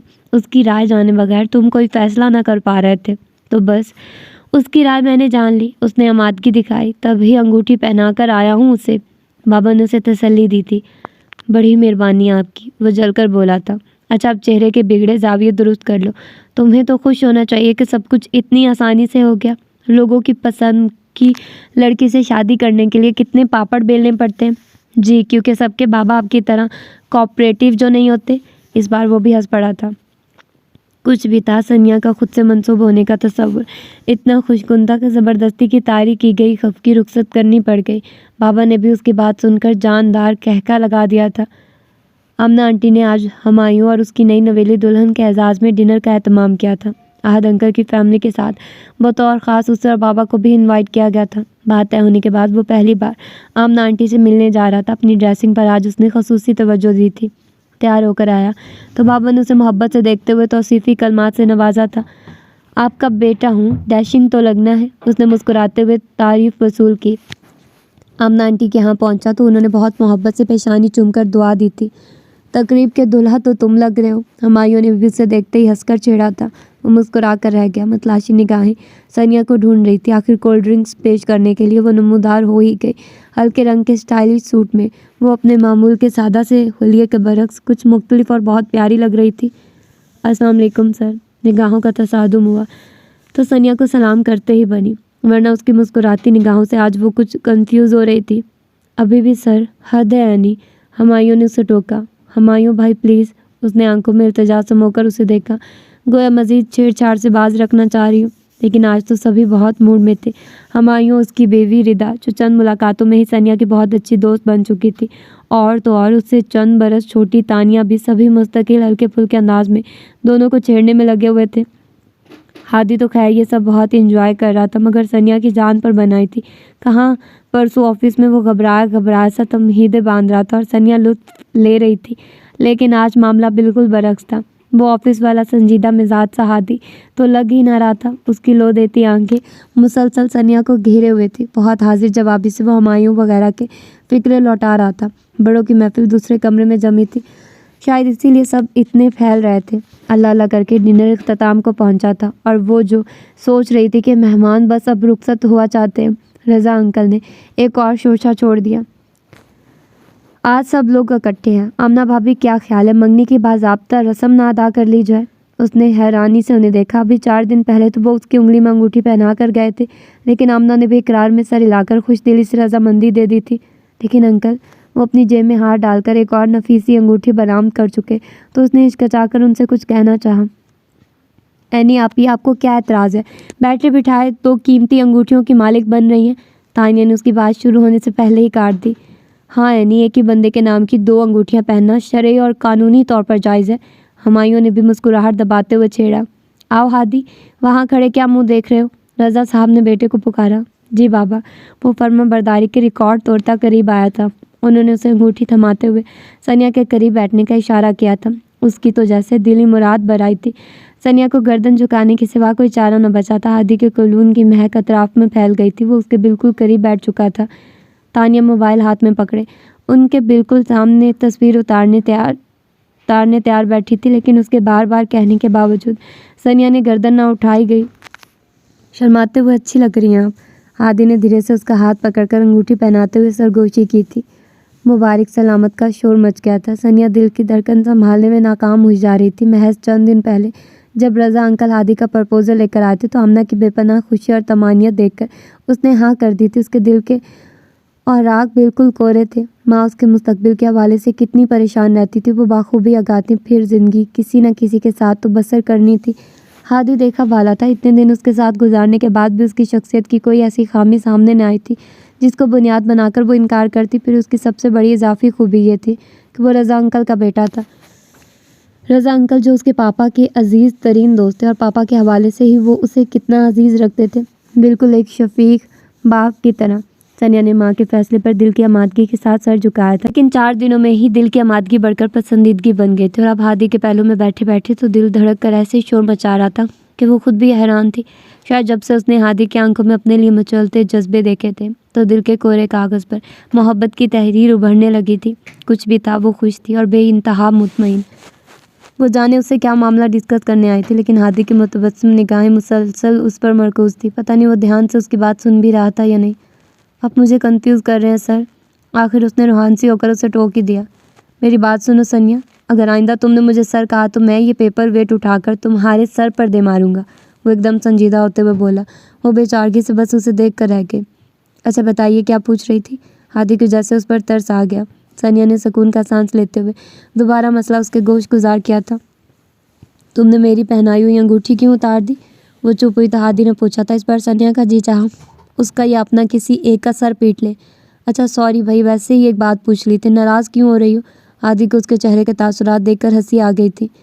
ہادی پلیز آفس کے ڈسپلن کا خیال رکھیں، اور جہاں تک انگوٹھیوں کی بات ہے تو میں بیک وقت 2 انگوٹھیاں پہن کر آفس نہیں آ سکتی، باری لگا لوں گی۔ آج رضا انکل والی انگوٹھی پہنی ہے، کل آپ والی پہناؤں گی۔ اس نے کچھ خفگی کچھ سنجیدگی سے جواب دیا تھا، اور پہلی بار اس کے لبوں سے اپنا نام سن کر ہادی کا دل خوشی سے جھوم اٹھا تھا، لیکن سامنے بیٹھی لڑکی کے تیور اتنے خطرناک سے تھے کہ خوشی کے اظہار کو دل میں دباتے ہوئے اسے سنجیدگی سے اس کی بات سننی پڑی تھی۔ اگرچہ دل آفس کی کوئی بات سننے کے موڈ میں نہ تھا، مگر دماغ کے ڈانٹنے پر دل کو اپنی ہی باتیں کرنے کی خواہش سے دستبردار ہونا پڑا تھا۔ آج بہت دنوں بعد آفس میں ماہین ہمدانی کی آمد ہوئی تھی۔ کچھ عرصے تک وہ میگزین ایڈیٹر کے طور پر یہاں کام کر چکی تھی۔ اس کے والد ریٹائرڈ بیوروکریٹ تھے، وہ ان کی اکلوتی بیٹی تھی۔ جتنا عرصہ یہاں کام کیا، کام سے زیادہ ہادی میں دلچسپی لیتی رہی موصوفہ۔ ہادی کے خشک رویے سے دل برداشتہ ہو کر اس نے نوکری ہی چھوڑ دی تھی۔ آج کل ایک نجی چینل پر فیشن اور سٹائل پر ایک پروگرام کی میزبانی کر رہی تھی، اور اس وقت بھی وہ جس طرح ٹائٹ جینز پہنے ٹانگ پر ٹانگ چڑھائے ہادی کے عین سامنے برا جوان تھی، تو وہ سوچے بنا نہ رہ پایا کہ اب وہ بالکل صحیح فیلڈ میں قسمت آزمائی کرنے گئی ہے۔ بہت دن ہو گئے تھے آپ سے ملاقات کیے ہوئے۔ آج میری ریکارڈنگ کا آف تھا، میں نے سوچا آج آپ سے ہائے ہیلو کر لی جائے۔ آپ کے آنے کا شکریہ، لیکن شاید میرا سیل نمبر ہے آپ کے پاس؟ اس نے بہت شائستگی سے باور کروا دیا تھا کہ ہیلو ہائے ٹیلی فون پر بھی کی جا سکتی تھی۔ ماہین ہمدانی نے واضح طور پر پہلو بدلا تھا۔ اس بندے کا یہی گریز، یہی رکھائی جہاں اس کے دماغ کا میٹر گھمانے کا باعث بنتی تھی، وہیں اس ناقابل حصول چیز کی کشش کچھ مزید بڑھ جاتی تھی۔ نمبر؟ ہاں نمبر تو تھا میرے پاس، لیکن جانے پرانی سم کہاں ڈال دی۔ دراصل فینس اتنا تنگ کرتے ہیں کہ ہر روز سم بدلنی پڑ جاتی ہے۔ اس نے تراشیدہ بالوں میں نزاکت سے انگلیاں چلاتے ہوئے کہا تھا۔ ہاں واقعی آج کل کی ینگ جنریشن کے پاس فالتو ٹائم بہت ہوتا ہے۔ ہادی نے سر ہلا کر جیسے اس کی بات کی تائید کی۔ اسی لمحے ثانیہ کمرے میں داخل ہوئی تھی۔ ماہین ہمدانی سے کوئی شناسائی نہ ہونے کے باوجود سلام کر کے اخلاقیات نبھائی تھی، پھر ہادی سے کوئی بات پوچھی تھی۔ جتنی دیر تک ثانیہ اور ہادی نے بات کی تھی، ماہین مسلسل ثانیہ کا جائزہ لینے میں مصروف رہی تھی۔ اتنے خوبصورت چہرے، جانے اخبار کے دفتر میں کیا کر رہے ہیں؟ ثانیہ کے کمرے سے جانے کے بعد ماہی نے خود کلامی کی تھی۔ ہادی نے اس پر صرف ایک نگاہ خلط ڈالنے پر اکتفا کیا۔ اگر آپ کو کوئی اعتراض نہ ہو تو میں اس لڑکی کو اپروچ کر لوں؟ ہمیں فریش چہروں کی بڑی تلاش رہتی ہے، اور میرے پروگرام میں ایک سیگمنٹ کچھ اسی ٹائپ کا ہے۔ ہم ایسے نئے چہرے سامنے لاتے ہیں جو گرومنگ کے بعد سپر ماڈل تک بننے کی صلاحیت رکھتے ہیں۔ یہ لڑکی فیس اور فگر کے لحاظ سے مجھے بہت فوٹوجینک لگی ہے۔ ماہین ہمدانی نے اس بار اپنے مطلب کی ایک نارمل سی بات کی تھی۔ اسے ہرگز اندازہ نہ تھا کہ یہ بات ہادی کو اتنی ناگوار گزرے گی۔ اس کے ماتھے پر ابھرتی شکنیں ماہین کی نگاہوں سے پوشیدہ نہ رہ پائی تھی۔ آپ شاید مائنڈ کر گئے، میں نے تو کیا مائنڈ کرنا؟ اگر یہ آفر آپ سنیا کو کرتی تب آپ کو پتہ چلتا کہ مائنڈ کرنا کسے کہتے ہیں۔ ہادی نے زبردستی کی مسکراہٹ چہرے پر طاری کرتے ہوئے اسے جتایا تھا۔ ارے نہیں، یہ آپ کا وہم ہے ہادی، آپ کو کیا پتہ آج کل کی لڑکیاں ایسی آفرز کو کتنی خوش دلی سے قبول کرتی ہیں۔ مہین نے اسے ہنستے ہوئے جھٹلایا تھا۔ اپنے اپنے رجحان اور ذوق کی بات ہے مہین، ضروری نہیں کہ ٹی وی اسکرین پر نظر آنا آپ کی طرح ہر لڑکی کا خواب ہو، اور کم از کم سنیا کا تو ہرگز نہیں۔ اس کا انٹلیکچوئل لیول عام لڑکیوں سے بالکل مختلف ہے۔ مجھے تو زندگی میں پہلی بار اتنی جینیس لڑکی سے واسطہ پڑا، اور آپ کی نظر سے شاید کبھی سنیا کا کالم نہیں گزرا، ورنہ آپ کی رائے بھی مجھ سے مختلف نہ ہوتی۔ ہادی نے کتنے آرام سے اسے یعنی مہین ہمدانی کو، جو ایک مشہور سیلیبریٹی بنتی جا رہی تھی، کو عام لڑکیوں کی فہرست میں شامل کر دیا تھا۔ وہ تلملائے بغیر نہ رہ پائی تھی، لیکن چہرے پر یہ تلملاہٹ ظاہر نہ ہونے دی تھی، بلکہ ایک بہت دلکش مسکراہٹ چہرے پر سجا کر ہادی کو مخاطب کیا تھا۔ میں نے پہلی بار آپ کے منہ سے کسی لڑکی کی تعریف سنی ہے، خیریت تو ہے؟ اس نے معنی خیز انداز میں ہادی کو مخاطب کیا تھا۔ شاید مقصد اسے مزید تپانا تھا، لیکن اس کی حیرت کی کوئی انتہا نہ رہی جب ہادی نے اسے خشمگی نگاہوں سے گھورنے کے بجائے مسکراہٹ سے نوازا تھا۔ لڑکی اگر منگیتر بھی ہو تو اس کی تعریف کرنے میں کوئی حرج بھی نہیں۔ آپ کا کیا خیال ہے مس مہین؟ وہ مسکرا کر پوچھ رہا تھا، اور مہین ہمدانی کے چہرے سے مسکراہٹ غائب ہونے میں 1 سیکنڈ سے بھی کم وقت لگا تھا۔ وہ اس وقت رضا انکل کے کچن میں کھڑی اپنی ڈش کو اختتامی شکل دے رہی تھی۔ کتنی بار رضا انکل اس سے شکوہ کر چکے تھے کہ وہ کبھی بھی گھر نہیں آتی۔ بیٹے، اور کچھ نہیں تو کم از کم کبھی کبھار آ کر ہی صابر کو ہی کچھ کھانا پکانا سکھایا جایا کرو۔ جب تک تم رخصت ہو کر نہیں آتی، کھانا تو صابر کے ہاتھ کا ہی ہے۔ لیکن سچ کہوں تو جب سے آمنہ بھابھی اور تمہارے ہاتھ کا کھانا شروع کیا، صابر کے کھانے مزید بدمزہ لگتے ہیں، حلق سے نیچے ہی نہیں اترتے۔ انکل کے کہنے پر وہ ہر بار مسکرا کر حامی بھر لیتی، لیکن ابھی تک یہ وعدہ وفا کرنے کی نوبت نہیں آئی تھی۔ آفس کے بعد ہادی بھی سیدھا گھر ہی جاتا تھا، اور اس کی موجودگی میں وہاں جانے کی ہمت نہ کر پائی تھی، لیکن آج ہادی کا شیڈیول ایسا تھا کہ وہ بآسانی رضا انکل سے ملنے جا سکتی تھی۔ ایک کتاب کی تقریب رونمائی میں شرکت کے بعد اس نے ایک MPA کے بھائی کی دعوت ولیمہ بھی اٹینڈ کرنی تھی، یعنی اس کی واپسی رات گئے متوقع تھی۔ اس نے آمنہ کو فون کر کے بتا دیا کہ آفس سے وہ سیدھی رضا انکل کے گھر جائے گی۔ حسب توقع رضا انکل اس کی سرپرائز آمد پر بے پناہ خوش ہو گئے تھے۔ انہوں نے فوراً ہی صابر کو اس کے لیے پرتکلف سے چائے کے اہتمام کا آرڈر دیا تھا۔ نہیں انکل، چائے کی بالکل طلب نہیں ہے، البتہ بھوک لگ رہی ہے۔ میں کچن میں جا کر کچھ مزیدار سا تیار کرتی ہوں، پھر دونوں مل کر ڈنر کریں گے۔ وہ مسکراتے ہوئے اٹھ گئی تھی۔ میرے بیٹے کو جب علم ہوگا کہ میں نے آتے کے ساتھ ہی تمہیں کچن میں گھسا دیا تو خوب خفا ہوگا مجھ پر، لیکن چلو خیر ہے۔ تمہارے ہاتھ کے مزیدار سے کھانے کے بعد اس کی ڈانٹ کھانا اتنا مہنگا سودا نہیں۔ انہوں نے سر ہلاتے ہوئے گویا اسے کچن میں جانے کی اجازت دی تھی۔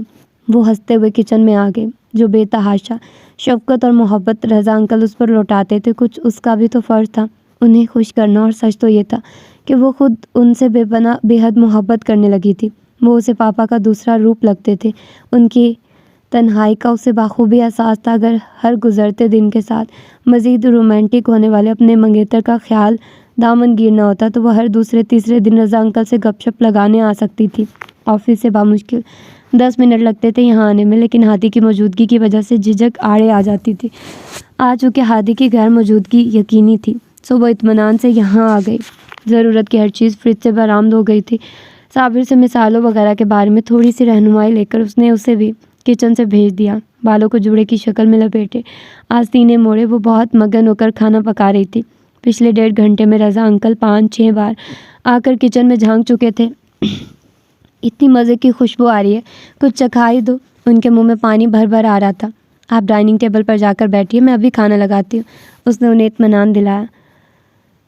لیکن 2 منٹ بعد ہی قدموں کی چاپ دوبارہ سنائی دی۔ رضا انکل سے واقعی صبر نہ ہو رہا تھا۔ اسے ہنسی آ گئی۔ یہ لے جناب، کھانا واقعی تیار ہو گیا، اور میرے حساب سے تو سب کچھ بالکل پرفیکٹ بنا ہے۔ اگر آپ کو بھی پسند آیا تو آپ سے منہ مانگی چیز لوں گی۔ اس نے بہت مان اور بے تکلفی سے انہیں مخاطب کیا تھا۔ سب سے قیمتی چیز، میرا دل تو لے ہی چکی ہیں آپ، مزید کیا لینا چاہتی ہیں؟ متبسم لہجے پر اس نے فوراً مڑ کر پیچھے دیکھا تھا، سینے پر ہاتھ لپیٹے بہت محبت بھری نگاہوں سے وہ اسے تک رہا تھا۔ میں سمجھی رضا انکل ہیں، وہ قدرے بوکھلائے۔ اگر رضا انکل ہوتے تو ان کا بھی تو 6 فٹ کا بیٹا اپنے قابو میں کر بیٹھی ہے، اب اور کیا چاہیے آپ کو؟ تو اس ٹائم عطا الہی صاحب کی کتاب کی تقریب رونمائی میں موجود ہونا چاہیے تھا۔ اس نے ہادی کی بات جیسے سنی ہی نہیں۔ خاتون میرے آفس میں کام کرنے کا ناجائز فائدہ اٹھا رہی ہیں، میرا ٹائم ٹیبل اگر آپ کے علم میں ہوتا ہے تو اس کا یہ مطلب ہرگز نہیں کہ آپ میری غیر موجودگی غنیمت جان کر یہاں کا رخ کریں۔ آفس میں کوئی کام کی بات کرنے نہیں دیتی اور اب گھر آئی ہیں تو وہ بھی چپکے سے۔ آپ کے شکوے میری سمجھ سے باہر ہیں عادی۔ سنیا کو ہنسی آ گئی۔ بہت اچھا لگ رہا ہے تمہیں یوں اپنے گھر میں دیکھ کر۔ عادی نے بہت محبت اور محویت سے اسے دیکھا تھا۔ اچھا بس اب راستہ دے، انکل کو بہت بھوک لگی تھی، میں میز پر کھانا لگا رہی ہوں۔ سنیا نے اپنے دل کی منتشر ہوتی دھڑکن سنبھالی تھی۔ عادی مسکراتے ہوئے ایک طرف ہٹ گیا، لیکن دل میں سوچ لیا تھا کہ بابا سے کہے گا کہ وہ اس پیاری سی لڑکی کو اس گھر میں مستقل طور پر لانے کا بندوبست کرے۔ پھر سنیا کیا سوچا ہے آپ نے؟ سوچ لیں، ایسے گولڈن چانس بار بار نہیں ملتے۔ اپنے بالوں میں مخصوص سٹائل سے انگلیاں چلاتے ہوئے، یہ مہین ہمدانی تھی جو اس وقت سنیا کے ڈرائنگ روم میں موجود تھی۔ دیکھیے مہین، میں فوری طور پر کوئی جواب نہیں دے سکتی، مجھے سوچنے کا ٹائم چاہیے، اس نے رسانیت سے کہا۔ سوچنے کا ہی تو ٹائم نہیں ہے مس سنیا، ہمیں جلد از جلد ایک اینکر پرسن کی ضرورت ہے۔ صباحت گل کو ہم نے بامشکل 2-4 پروگراموں کے لیے روک رکھا ہے، مہینے کے آخر میں ان کا امریکہ جانا کنفرم ہے۔ آپ کے کالم کی تیکھی زبان عوام میں اس کی بڑھتی ہوئی مقبولیت اور پسندیدگی ہمیں آپ کی طرف کھینچتا ہے، ورنہ ایک چلتا ہوا پروگرام نئے ہوسٹ کو سونپنا بہت بڑا رسک ہے، لیکن ہم یہ رسک لینے کو تیار ہیں۔ مہین ہمدانی کے ساتھ بیٹھے آصف شاہ نے بھی گفتگو میں حصہ لیا۔ وہ ٹی وی کا ایک مشہور پروڈیوسر تھا۔ آپ کی بات صحیح ہے، لیکن پھر بھی مجھے سوچنے کے لیے تھوڑا سا ٹائم چاہیے، وہ متذبذب تھی۔ مس سنیا، میں آپ کو یہی تو سمجھا رہا ہوں۔ آصف شاہ نے دوبارہ کچھ کہنا چاہا، لیکن مہین ہمدانی نے ہاتھ کے اشارے سے اسے روک دیا۔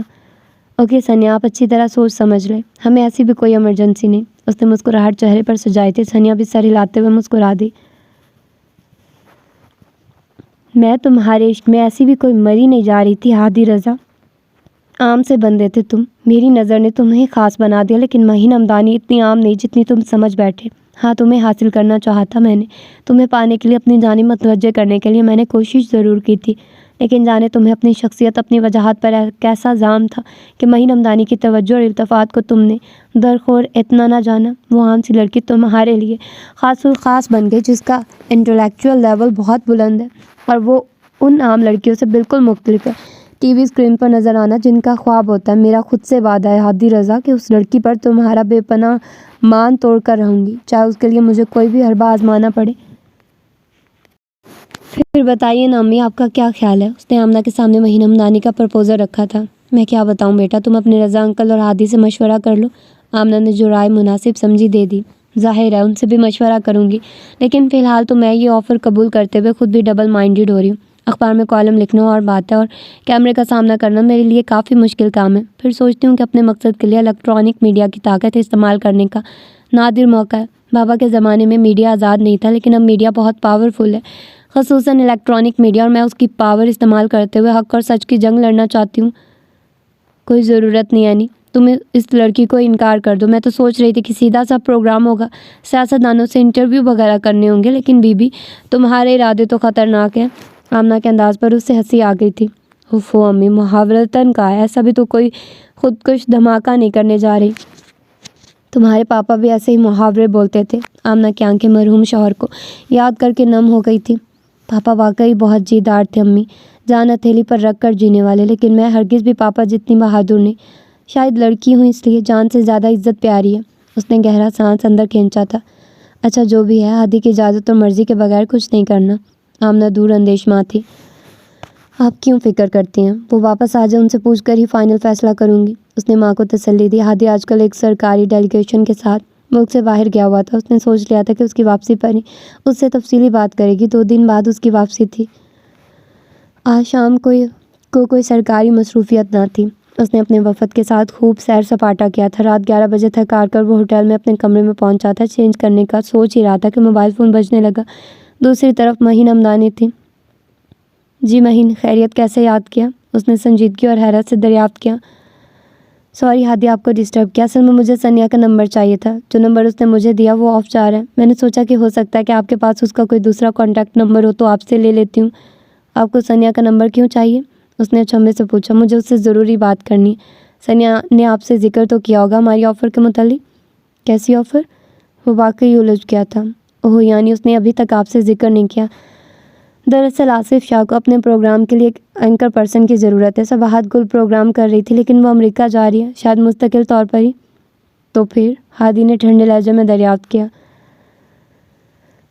دراصل آصف شاہ بہت متاثر ہوا ہے ثنیا سے، اس کے کالمز باقاعدگی سے پڑھتا ہے۔ اس کا خیال ہے کہ ثنیا میں نہ صرف پروگرام بہت اچھی طرح چلانے کی صلاحیت ہے، بلکہ اس کا سب سے پلس پوائنٹ یہ ہے کہ اس کا چہرہ بہت فوٹوجینک ہے، ایک عجیب سی سادگی اور معصومیت ہے اس میں۔ آصف کہہ رہا تھا کہ تیز ترار اور خران قسم کے اینکرز دیکھ کر عوام اوب چکے ہیں، ثنیا کی صورت میں لوگوں کو بالکل فریش چہرہ دیکھنے کو ملے گا، ایک دم پریٹی اور انوسینٹ۔ مہین حمدانی بہت سوچ سمجھ کر لفظوں کا چناؤ کر رہی تھی۔ تصور کی آنکھ سے وہ ہادی کا غصے سے سرخ پڑتا چہرہ دیکھ سکتی تھی، کتنا لطف آ رہا تھا اسے اس وقت۔ ثنیا نے آپ کو کیا جواب دیا؟ ہادی نے ٹھہرے ہوئے لہجے میں دریافت کیا۔ وہ تو تقریباً راضی ہے، کل جب میں اور آصف شاہ اس کے گھر گئے تھے تو زبانی بات ہوئی تھی، آج اس سے پوچھنا تھا کہ وہ ایگریمنٹ کب سائن کرے گی، لیکن اس کا نمبر ہی آف جا رہا تھا۔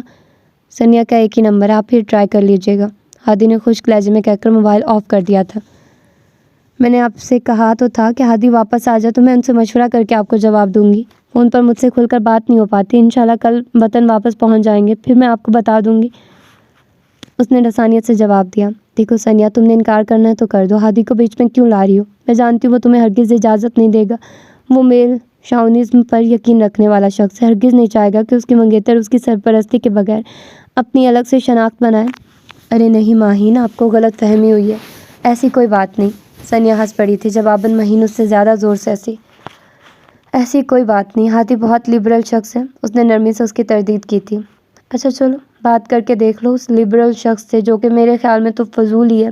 اینی وے مائنڈ مت کرنا، میں لگی لپٹی رکھنے کی قائل نہیں، جو دل میں ہوتا ہے وہی منہ پر آ جاتا ہے۔ ہادی کے متعلق جو رائے تھی وہ میں نے ظاہر کر دی، اگر تمہیں برا لگا تو سوری۔ نہیں مجھے برا نہیں لگا، لیکن کاش میں آپ کی غلط فہمی دور کر سکتی۔ غلط فہمی میری نہیں ڈیئر، تمہاری دور ہوگی۔ اوکے چلتی ہوں، ٹیک کیئر۔ مہین حمدانی کٹ کٹ کرتی چلی گئی تھی۔ ہادی یقیناً گھر پہنچ چکا ہوگا، وہ آفس سے واپسی پر سیدھی رضا انکل کے ہاں چلی گئی۔ مقصد رضا انکل اور ہادی سے مشورہ کرنا تھا۔ حسب توقع ہادی گھر پر ہی تھا، دونوں باپ بیٹا لان میں چائے پی رہے تھے۔ رضا انکل اسے دیکھ کر خوشی سے کھل اٹھے تھے، البتہ ہادی کے تاثرات کچھ عجیب سے تھے۔ بہت سنجیدگی سے اس کے سلام کا جواب دیا تھا۔ آپ کی طبیعت تو ٹھیک ہے؟ وہ پوچھے بنا نہ رہ پائی۔ ہاں طبیعت کو کیا ہونا ہے، اس نے سپاٹ سے انداز میں کہا۔ رضا انکل نے بھی اس کے اس انداز پر گھور کر دیکھا تھا، البتہ بولے کچھ نہیں۔ ثنیا ہادی کو اس کی غیر موجودگی میں ہونے والے دفتری امور سے آگاہ کرنے لگی۔ مہین حمدانی آصف شاہ کو لے کر تمہارے پاس آئی تھی؟ ہادی نے جیسے اس کی بات سنی ہی نہ تھی۔ جی میں اصل میں آپ سے اور رضا انکل سے اس بارے میں ہی مشورہ کرنے آئی تھی، وہ لوگ اوکے میرا مشورہ یہ ہے کہ ابھی میرے سامنے فون کر کے انہیں انکار کر دو۔ ہادی نے جس تیزی سے اس کی بات کاٹی تھی وہ اس کے انداز پر ششدر رہ گئی۔ لیکن ہادی آپ میری پوری بات تو سنیے، اس نے ایک بار پھر کچھ کہنا چاہا۔ تم نے مشورہ مانگا تھا، میں نے دے دیا۔ ہادی کا اس کی بات سننے کا قطعی کوئی موڈ نہیں تھا۔ یہ مشورہ نہیں حکم ہے، وہ روحان سی ہو کر بولی۔ اگر یہ حکم ہے تو تم بھی تو مشورہ مانگنے کی فارمیلٹی پوری کرنے آئی ہو، سارے فیصلے تو کر چکی ہو تم، کانٹریکٹ سائن کرنے کے لیے کہاں بلایا انہوں نے؟ ہادی یہ تم ثنیا سے کس لہجے میں بات کر رہے ہو؟ صورتحال کا پوری طرح علم نہ ہونے کے باوجود اس بار رضا صاحب نے بیٹے کو ڈپٹ دیا تھا۔ بابا پلیز، جب آپ کچھ جانتے ہی نہیں تو بولیے بھی مت۔ وہ غصے کے عالم میں شدید بدلحاظ ہو گیا تھا۔ میں جا رہی ہوں انکل۔ ثنیا کی آنکھیں پانی سے لبریز ہو گئی تھی، رضا انکل اسے روکتے رہ گئے، مگر وہ نہ رکی تھی۔ آپ جانتے ہیں نا آصف شاہ کس کماش کا آدمی ہے، اس کا پروگرام سبھات گل جیسی لڑکی تو کر سکتی ہے جو اس کے سگریٹ سے سگریٹ سلگاتے اور اس کے ہاتھ پر ہاتھ مارتے ہوئے کہہ کے لگائے۔ میں ہرگز برداشت نہیں کر سکتا کہ ثنیا اس جیسے آدمی کا پروگرام کرے۔ اگر اسے کوئی ٹاک شو کرنا ہی تھا تو مجھے کہتی، میں کسی معیاری چینل پر کام دلوا دیتا اسے۔ آپ کو اس چینل اور اس بندے کی شہرت کا اچھی طرح علم ہے، تو اور سارے معاملات خود طے کر کے ایگریمنٹ سائن کرنے لگی ہے۔ ثنیا کے جانے کے بعد وہ بابا کے سامنے برس پڑا تھا۔ تمہیں کس نے کہا کہ وہ ایگریمنٹ سائن کرنے لگی؟ بابا نے تحمل سے پوچھا۔ آف کورس مہین حمدانی سے پتہ چلا، وہ بھی اسی چینل پر ایک گھٹیا سا پروگرام کر رہی ہے، کل رات اسی نے مجھے فون کر کے بتایا تھا، آج دن میں پھر اسی کا فون آیا تھا۔ تم اسے تحمل سے سمجھاتے، کیوں نہیں سمجھتی تمہاری بات؟ کتنا روڈلی بیہیو کیا تم نے اس کے ساتھ، وہ بھی میرے سامنے۔ بابا کا بس نہ چل رہا تھا کہ وہ اس کے کان مروڑ دے۔ سوری بابا، لیکن مجھے غصہ آ گیا تھا اس پر، میں ملک سے باہر گیا تھا، دنیا سے تو نہیں، وہ ایک بار فون پر ہی مجھ سے مشورہ کر لیتی۔ میں جانتا ہوں کہ محض ٹی وی اسکرین پر نظر آنا ثنیا کے لیے کوئی چارمنگ نہیں ہے، وہ یہ سمجھ رہی ہے کہ یہ فارم استعمال کر کے اپنے نظریات، اپنی بات زیادہ مؤثر طریقے سے عوام تک پہنچا پائے گی، خصوصاً پوری پاکستانی یوتھ کے نظریاتی قبلہ کی دوستی کی ذمہ داری محترمہ نے از خود اپنے کندھوں پر عائد کر رکھی ہے۔ لیکن وہ یہ نہیں جانتی کہ جن لوگوں کو وہ جوائن کر رہی ہے ان کا سرے سے کوئی نظریہ ہی نہیں، ان کا واحد مقصد پیسہ کمانا ہے۔ پھر وہ آصف شاہ ایک نمبر کا بلیک میلر صحافی ہے۔ پہلے جس اخبار سے تعلق تھا تب بھی سیاست دانوں کی کمزوریاں قابو کر کے انہیں پریشرائز رکھتا تھا، اور اب ٹی وی پر بھی یہی کام کر رہا ہے۔ وہ ثنیہ کو استعمال کرے گا، اس کے کندھوں پر رکھ کر بندوق چلائے گا، اس کے منہ سے اپنی مرضی کی باتیں کہلوائے گا۔ وہ خود کیمرے کے پیچھے ہوتا ہے۔ ثنیہ خواہ مقدر حلقوں میں محتوب ٹھہرے گی۔ اس چینل کا کوئی معیار ہے نہ اخلاقی ساخت۔ وہ جو بولنا شروع ہوا تو بولتا ہے کیا؟ ثنیہ بیچاری کو کہاں ان سب باتوں کا علم ہوگا؟ بابا کی نظروں میں وہ اب بھی بے قصور تھی۔ تو میں بھی تو یہی کہہ رہا ہوں کہ اسے یہاں کے لوگوں، یہاں کی چیزوں کے بارے میں ابھی کچھ علم نہیں۔ جمعہ 8 دن تو اسے ہوئے نہیں یہاں آئے ہوئے، اسے یہاں کے لوگوں کی خصلت کا علم ہی نہیں۔ وہ سب کو اپنی طرح سمجھتی ہے، سچا اور کھرا۔ تم اسے نرمی سے سمجھاؤ، وہ مان جائے گی۔ مجھے تمہاری باتوں سے اتفاق ہے، لیکن تمہارے رویے سے اختلاف ہے۔ تم نے بچی کو بہت ہرٹ کیا۔ مانتا ہوں۔ دل کی بھڑاس نکال لینے کے بعد اسے بھی اپنے رویے کی درستی کا احساس ہو گیا تھا۔ میں سوری کر لوں گا اس سے، اس نے دھیمے سے لہجے میں بابا کو یقین دہانی کروائی تھی۔ اگر ہادی اجازت نہیں دے رہا تو کوئی ضرورت نہیں ایگریمنٹ سائن کرنے کی۔ آمنہ نے اس سے دو ٹوک انداز میں باور کروا دیا تھا۔ پلیز امی، آپ تو ایسی بات نہ کریں۔ ابھی میری صرف انگیجمنٹ ہوئی ہے، زندگی کے فیصلے فی الحال خود کرنے کا اختیار رکھتی ہوں میں۔ وہ ہادی کے رویے سے بہت دل برداشتہ ہوئی تھی۔ یوں لگ رہا تھا جیسے وہ اس کی زندگی کا مالک بن بیٹھا ہے۔ پیار محبت کے سابقہ دعوے اسے لفاظی کے سوا کچھ نہ لگ رہے تھے۔ ہادی کبھی بھی تمہارے لیے غلط نہیں سوچے گا، اس کی رائے کا احترام کرو ثنیہ۔ آمنہ سے سمجھانے کی کوشش میں ہلکان ہوئے جا رہی تھی۔ وہ اس بار چپ رہی، نہ ماں کو تسلی دی کہ وہ ان کی بات مان لے گی، اور نہ بات ماننے سے انکار کیا، اور آمنہ اس کی خاموشی پر متوش اور متفکر تھی۔ پھر اپنا فائنل فیصلہ بتاؤ ثنیہ، ہم مزید انتظار نہیں کر سکتے۔ آصف شاہ تو پہلے ہی اتنی دیر کرنے پر تپا پڑا ہے۔ اس نے تمہارے پاپا کے حوالے سے چینل پر خبر بھی چلوا دی کہ ماضی کے نامور صحافی سکندر خان کی صاحبزادی بہت جلد ہمارا چینل جوائن کر رہی ہے۔ اگر تم انکار کرو گی تو اس سے ہماری کریڈیبلٹی متاثر ہوگی۔ ماہین ہمدانی اس پر دباؤ ڈال رہی تھی۔ دیکھیے ماہین، میرے اقرار سے پہلے آپ لوگوں کو ایسی کوئی خبر چلانی ہی نہیں چاہیے تھی۔ میرا اس میں کوئی دوش نہیں۔ وہ ماہین ہمدانی کے دباؤ میں نہ آئی تھی۔ ویل تو تمہاری طرف سے انکار ہے؟ ماہین ہمدانی نے ٹھنڈا سانس بھرا۔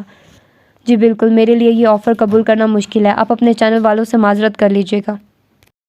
ثنیہ کا چہرہ ستا ہوا تھا۔ ماہین ہمدانی نے گہری نگاہ اس پر ڈالی۔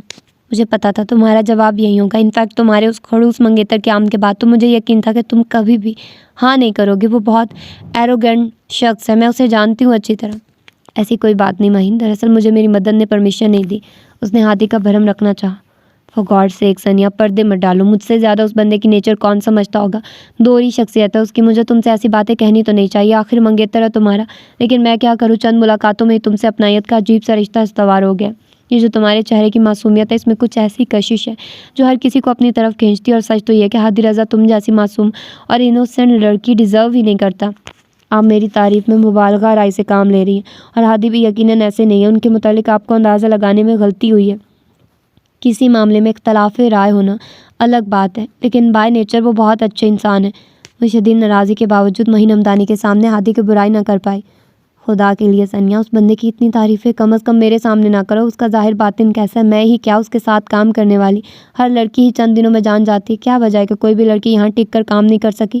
موصوف پہلے بہت ریزرو سی شخصیت کے طور پر سامنے آتے ہیں، ویری ڈیسنٹ اینڈ ریزنیبل۔ پھر جب اعتبار اور احترام کا رشتہ قائم ہو جاتا ہے تو اپنی اصلیت دکھاتے ہیں۔ تم مائنڈ مت کرنا، لیکن سچ یہی ہے۔ میری یہاں سے جاب چھوڑنے کی وجہ یہی تھی کہ موصوف ڈورے ڈالنے لگے تھے مجھ پر، اور جب میں نے حوصلہ افزائی نہ کی تو خار کھانے لگے مجھ سے۔ اللہ جانے تمہارے ساتھ معاملہ منطقی انجام تک کیسے پہنچا۔ شاید تم لوگوں کے فیملی ٹرمز ایسے تھے کہ اسے منگنی کروانی پڑ گئی، یا پھر اس نے سوچا کہ کب تک افیئرز لڑا کر کام چلے گا، شادی بھی تو کرنی ہے۔ پھر تم جیسی انوسینٹ لڑکی اور کہاں سے ملتی اسے، پریٹی اور بیوقوف کی حد تک سادہ، جس کی ناک کے نیچے کچھ بھی کرتے رہو اسے پتہ نہیں چلتا۔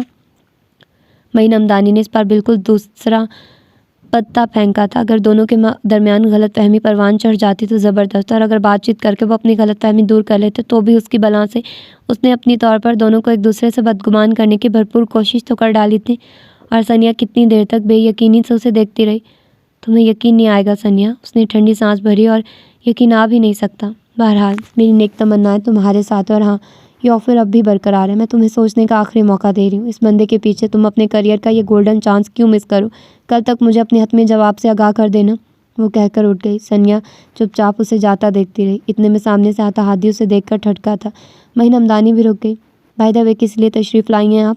اس کی شوق سے ہیلو کے جواب میں ہادی نے چھپتے ہوئے لہجے میں دریافت کیا۔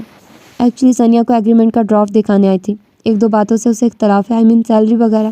میں نے کہا چلو شام کو تمہارے گھر آ کر ڈسکس کر لوں گی یا وہ میرے دفتر آ کر سائن کر دے گی. فی الحال تو مجھے اپنی ریکارڈنگ پر پہنچنا ہے, میں آلریڈی کافی لیٹ ہو چکی. وہ ایک ادا سے بائے کہہ کر کھٹ کھٹ کرتی چلی گئی تھی. ہادی سیدھا سنیا کے کیبن میں جا پہنچا. وہ اسے سوری کرنے اور سمجھانے کے ارادے سے اس کے پاس ہی آ رہا تھا, لیکن اس لڑکی کی خود سری نے اس کا دماغ الٹ لیا. اسے اندازہ ہی نہ تھا کہ وہ اتنی ہٹ دھرم ثابت ہوگی. وہ دستک دے کر سنیا کے کیبن میں داخل ہوا. وہ دونوں بازو میز پر رکھے اس پر اپنا سر ٹکائے بیٹھی تھی. ہادی کے آمد پر سر اٹھا کر اسے دیکھا. مس سنیا, میں آپ سے صرف یہ کہنے آیا ہوں کہ آپ بہت شوق سے اپنا چینل جوائن کر لیجیے, بھلے سے جو مرضی کریں, لیکن پہلی بات کہ آئندہ یہ لڑکی مہین امدانی مجھے اس دفتر میں نظر نہ آئے, اور دوسری بات یہ کہ آپ نے یہ اخبار جوائن کرتے ہوئے بھی ایک کانٹریکٹ سائن کیا تھا جس کی روح سے آپ ایک وقت 2 اداروں میں کام نہیں کر سکتی. اپنے فیصلے سے مجھے تھوڑی دیر میں آگاہ کر دیجیے گا. اس نے کٹیلے لہجے میں اسے مخاطب کیا. سنیا نے کچھ کہنے کے لیے لب کھولنے چاہے تھے مگر اس کے لب صرف کپ کپا کر رہ گئے. ہادی رضا کمرے سے جا چکا تھا. وہ صرف اس کی وجہ سے اپنی خواہش سے دستبردار ہونے جا رہی تھی, لیکن ہادی کا رویہ کتنا تضحیک آمیز تھا. اتنی بے اعتباری, اتنی اجنبیت, اتنی رخائی. اس کی سنے بغیر, اس کی رائے جانے بغیر اس نے خود ہی ایک مفروضہ قائم کر لیا اور پھر اس مفروضے کے تحت اسے اپنا فیصلہ بھی سنا دیا. ہادی نے اسے غلط سمجھا تھا, یہ وہ ہادی کو سمجھنے میں غلطی کر بیٹھی تھی. ابھی تو وہ مہین امدانی کے انکشافات کو جھٹلانے کی کوشش کر رہی تھی کہ ہادی آ کر صرف اسے ایک باس کی حیثیت سے یہ باور کروا گیا تھا کہ وہ کانٹریکٹ کی روح سے صرف یہاں کام کرنے کی پابند ہے. یہ کہتے ہوئے اس نے سنیا اور اپنے تعلق کو کتنی آسانی سے فراموش کر دیا تھا. یہ وہ ہادی نہ تھا جس کے نام کی انگوٹھی وہ اپنے ہاتھ میں سجائے بیٹھی تھی. یہ تو کوئی اجنبی تھا, اور اجنبیوں کے درمیان کوئی تعلق کیسے قائم رہ سکتا ہے. یہ میرا استعفیٰ ہے سر, اور یہ آپ کی انگوٹھی. بہت دیر بعد وہ خود کو کمپوز کر کے ہادی کے کمرے میں گئی تھی, لیکن اپنے اندر اٹھتے جوار بھاٹا کو قابو نہ کر پائی تھی. اپنی انا, اپنا وقار اسے ہر چیز سے زیادہ عزیز تھا. اس خود پسند شخص کی ہمراہی میں زندگی کے ہر قدم پر رونے سے بہتر تھا کہ وہ ابھی یہ تعلق ختم کر دے. غصے کے اٹھتے بال نے اس سے یہ فیصلہ کروا لیا جو شاید کچھ دیر گزرنے کے بعد وہ کرنے کا سوچ بھی نہ سکتی تھی. فی الحال اسے نہ آمنہ کی ناراضی کا خیال تھا, نہ رضا انکل کی خفگی کا. صرف ہادی کی آنکھوں کی اجنبیت نے اسے یہ فوری فیصلہ کروا لیا تھا. استعفیٰ اور انگوٹھی اس کے سامنے رکھ کر وہ پلٹ گئی تھی. اب بے یقینی سے ساکت بیٹھے رہ جانے کی باری ہادی کی تھی. تم نے اسے اس فیصلے کی وجہ پوچھی؟ بابا اس سے مخاطب تھے. وہ اپنے ہر فیصلے میں خود مختار ہے. مجھے کیوں وجوہات سے آگاہ کرنے لگی. وہ پھیکی سی ہنسی ہنستے ہوئے بولا تھا. اور آپ جاتے تو رہتے ہیں وہاں, خود ہی وجہ پوچھ لیجیے گا محترمہ سے. اس نے تھکے آرے انداز میں بابا کو مخاطب کیا. میرے جانے کا اب کوئی جواز ہی نہیں بچا ہادی. جب تم دونوں خود ہی یہ رشتہ برقرار رکھنے میں سنجیدہ نہیں ہو تو میں کیا کر سکتا ہوں. اس نے بابا کی بات پر حیرت سے سر اٹھا کر انہیں دیکھا. ایسے کیا دیکھ رہے ہو, صحیح کہہ رہا ہوں میں, یہ زندگی بھر کا معاملہ ہے. اگر تم دونوں کی طرف سے اسے نبھانے میں سنجیدگی نہیں ہے تو ابھی بھی وقت ہے. خوب سوچ سمجھ لو. یہ رشتہ بہت کمپرومائز کا متقاضی ہوتا ہے. اگر اپنی اپنی اناؤں کے دائروں میں قید رہنا ہے تو بہتر ہے اس فیصلے پر نظر ثانی کر لو. بابا بھرپور سنجیدگی سے مخاطب تھے. اس کا رد عمل اس کی توقع کے بالکل برعکس تھا. وہ یہ سوچے بیٹھا تھا کہ بابا پہلے تو اس پر خفا ہوں گے, اسے سمجھائیں گے, پھر سنیا کو سمجھانے منانے اس کے گھر جائیں گے, لیکن انہوں نے تو صاف ہری جھنڈی دکھا دی تھی. بابا کے کمرے سے جانے کے بعد وہ سر پکڑ کر بیٹھ گیا تھا. دل و دماغ سنیا سے دستبرداری کا تصور بھی نہ کر سکتا تھا. اس کی ذرا سی خفگی بھی سنیا سے برداشت نہ ہوئی, حالانکہ کم از کم خفا ہونے کا حق تو رکھتا تھا. وہ کتنی آسانی سے اس نے تعلق توڑنے کا یک طرفہ فیصلہ کر لیا. غلطی سنیا کی تھی, وہ خود سے کیسے جھکتا. دل و دماغ میں عجیب سی کشمکش برپا تھی. یہ سب کیا ہو گیا رضا بھائی. ٹیلی فون کی دوسری طرف آمنہ ازہد پریشان تھی. آپ بالکل فکر نہ کریں بھابھی, سب ٹھیک ہو جائے گا. رضا صاحب بالکل پرسکون تھے. مجھے سنیا سے اس بے وقوفی کی امید نہیں تھی, لیکن وہ خود بھی کمرے میں بند روئی جا رہی ہے. میں اسے مزید کیا کہوں. بچے ہیں بھابھی, جذباتی اور کم عقل, اور ہمارے سمجھانے بجھانے سے وقتی طور پر تو مان جائیں گے, لیکن جو گرہ ان کے دلوں میں پڑ چکی ہے وہ نہیں کھلے گی. فی الحال آپ کو اور مجھے اس معاملے سے لا تعلق رہنا. ان دونوں کو اپنی حماقت اور جذباتیت کا خود سے احساس ہونا بہت ضروری ہے. یہ ان کے مستقبل کے تعلق کی پائیداری کے لیے ضروری ہے. ہم کب تک ان کے جھگڑے نپٹانے کو موجود ہوں گے. انہیں خود یہ فیصلہ کرنے دیجیے کہ ان کے درمیان غلط فہمی کیوں کر پروان چڑھی, کون اس کا زیادہ ذمہ دار ہے. یہ جاننے کا موقع دیجیے کہ یہ ایک دوسرے کے لیے کتنی اہمیت رکھتے ہیں. جب انہیں خود احساس ہو جائے گا تو اپنی حماقت پر نہ صرف پچھتائیں گے بلکہ آئندہ ایسی کسی حماقت کا سوچیں گے بھی نہیں. رضا صاحب پر امید تھے. آمنہ ماتی متفکر تھی, تاہم انہوں نے رضا صاحب کی بات سے اتفاق کر لیا تھا. سوری مہین, میرا جواب اب بھی وہی ہے. مہین کی کال وصول کرتے اس نے چھوٹتے ہی انکار کر دیا تھا. اوکے, میں اصرار نہیں کروں گی. تمہاری مجبوری سمجھتی ہوں، جانتی ہوں، تمہارے منگیتر صاحب کی ضد کی وجہ سے۔ ہی از نو مور مائی فیونسے ماہین۔ اس نے دھیرے سے اس کی بات کاٹی تھی اور ساتھ ہی کال بھی۔ دوسری طرف موبائل ہاتھ میں لیے ماہین ہمدانی کے لبوں پر بہت مطمئن سی مسکراہٹ پھیل گئی تھی۔ وہ حسب خواہش ثنیا کو ٹی وی اسکرین پر لانے میں تو کامیاب نہیں ہوئی تھی، لیکن جو کچھ ہوا تھا وہ اس کی خواہش سے بڑھ کر تھا۔ امی آپ ریسٹ کر لیں، باقی کام میں سمیٹ لیتی ہوں۔ وہ کچن میں آ کر آمنہ سے مخاطب تھی۔ آمنہ نے مڑ کر اسے دیکھا۔ اس کی محترم آنکھیں اور ستا ہوا چہرہ، ان کے دل کو کچھ ہوا تھا، لیکن انہوں نے اپنی اندرونی کیفیات چہرے سے نہ ظاہر ہونے دی تھی۔ نہیں، رہنے دو، کام ہی کتنا رہ گیا، میں کر لوں گی، تمہیں پتہ تو ہے کہ مجھ سے فارغ نہیں بیٹھا جاتا۔ سپاٹ سے انداز میں جواب دے کر وہ پھر ہانڈی میں ڈوئی گھمانے لگی تھی۔ ثنیا چند لمحے کھڑی انہیں دیکھتی رہی، پھر بے بسی سے لب کچلتی واپس پلٹ گئی تھی۔ تمہاری لو سٹوری میں اتنی جلدی یہ ڈرامائی موڑ پیدا ہو گیا؟ میری سمجھ سے تو یہ بات باہر ہے۔ ہمایوں اور ہادی اس وقت ایک ریسٹورینٹ میں آمنے سامنے بیٹھے لنچ کر رہے تھے، بلکہ ہمایوں ہی تھا جو لنچ کر رہا تھا۔ ہادی محض چمچ کانٹے سے کھیل رہا تھا۔ تم اسے ڈرامائی موڑ کہہ رہے ہو؟ ہادی نے اسے خشمگین نظروں سے گھورا۔ اوکے، ٹریجک موڑ کہہ لو۔ ہمایوں نے رشین سلاد کا چمچ بھر کر منہ میں ڈالا۔ مجھے یہ ہرگز اندازہ نہ تھا کہ ثنیا ایسا ریئیکٹ کرے گی۔ میں اس کی زندگی میں اتنی تو اہمیت رکھتا تھا نا کہ وہ میرے مشورے اور رائے سے کوئی قدم اٹھاتی۔ اس کے بھلے کو تو ہی منع کر رہا تھا میں، اور جب اس کی بدمانی پر تھوڑا سا ریئیکٹ کیا میں نے تو وہ اوور ریئیکٹ کر گئی۔ اس نے بہت زیادتی کی میرے ساتھ، اپنے ساتھ۔ وہ ازحد ملول اور دل گرفتہ تھا۔ ہمایوں کو ہنسی آ گئی تھی۔ بڑی ہوئی شیو اور ملگجے سے حلیے میں وہ واقعی مجنوں کا جانشین لگ رہا تھا۔ ہنس لو، اڑا لو میرا مذاق۔ اس کی ہنسی ہادی کی نگاہوں سے پوشیدہ نہ رہ پائی تھی۔ وہ مزید خفا ہوا۔ اوکے نہیں ہنس رہا، لیکن سچی بات ہوئی ہے کہ جس ثنیا کو میں جانتا وہ ہرگز ایسی نہیں ہے۔ ہر درمی اور خود سری نہ اس کی خمیر میں شامل ہے نہ تربیت میں۔ ہاں، نہ خاصی اونچی، اپنا وقار اور بھرم عزیز رکھتی، لیکن یار میں پھر یہی کہوں گا کہ تم لوگوں کے درمیان کمیونیکیشن گیپ پیدا ہوا ہے، کوئی بہت بڑی غلط فہمی۔ تم دونوں ہی ایک دوسرے کو سمجھ نہیں پائے اور نہ ہی اپنا موقف سمجھا پائے ہو۔ ہمایوں رسانیت سے بولا تھا۔ موقف سمجھانے کی نوبت آتی تب نہ۔ محترمہ استعفیٰ کے ساتھ انگوٹھی بھی میرے منہ پر مار گئی ہیں۔ واقعی منہ پر ماری؟ پھر تو بڑی چوٹ لگی ہوگی۔ ہمایوں نے مصنوعی تعصب ظاہر کیا۔ ہادی نے ایک بار پھر اسے گھورا تھا۔ اچھا، اب یہ نظروں کے تیر مت چلاؤ اور کھانا کھاؤ، اللہ نے چاہا تو سب ٹھیک ہو جائے گا۔ ہمایوں نے بھی صرف تسلی پر ٹرخا دیا تھا۔ ہادی پھر چمچ کانٹے سے کھیلنے لگا تھا۔ پھر کب سے شروع ہو رہا ہے تمہارا پروگرام؟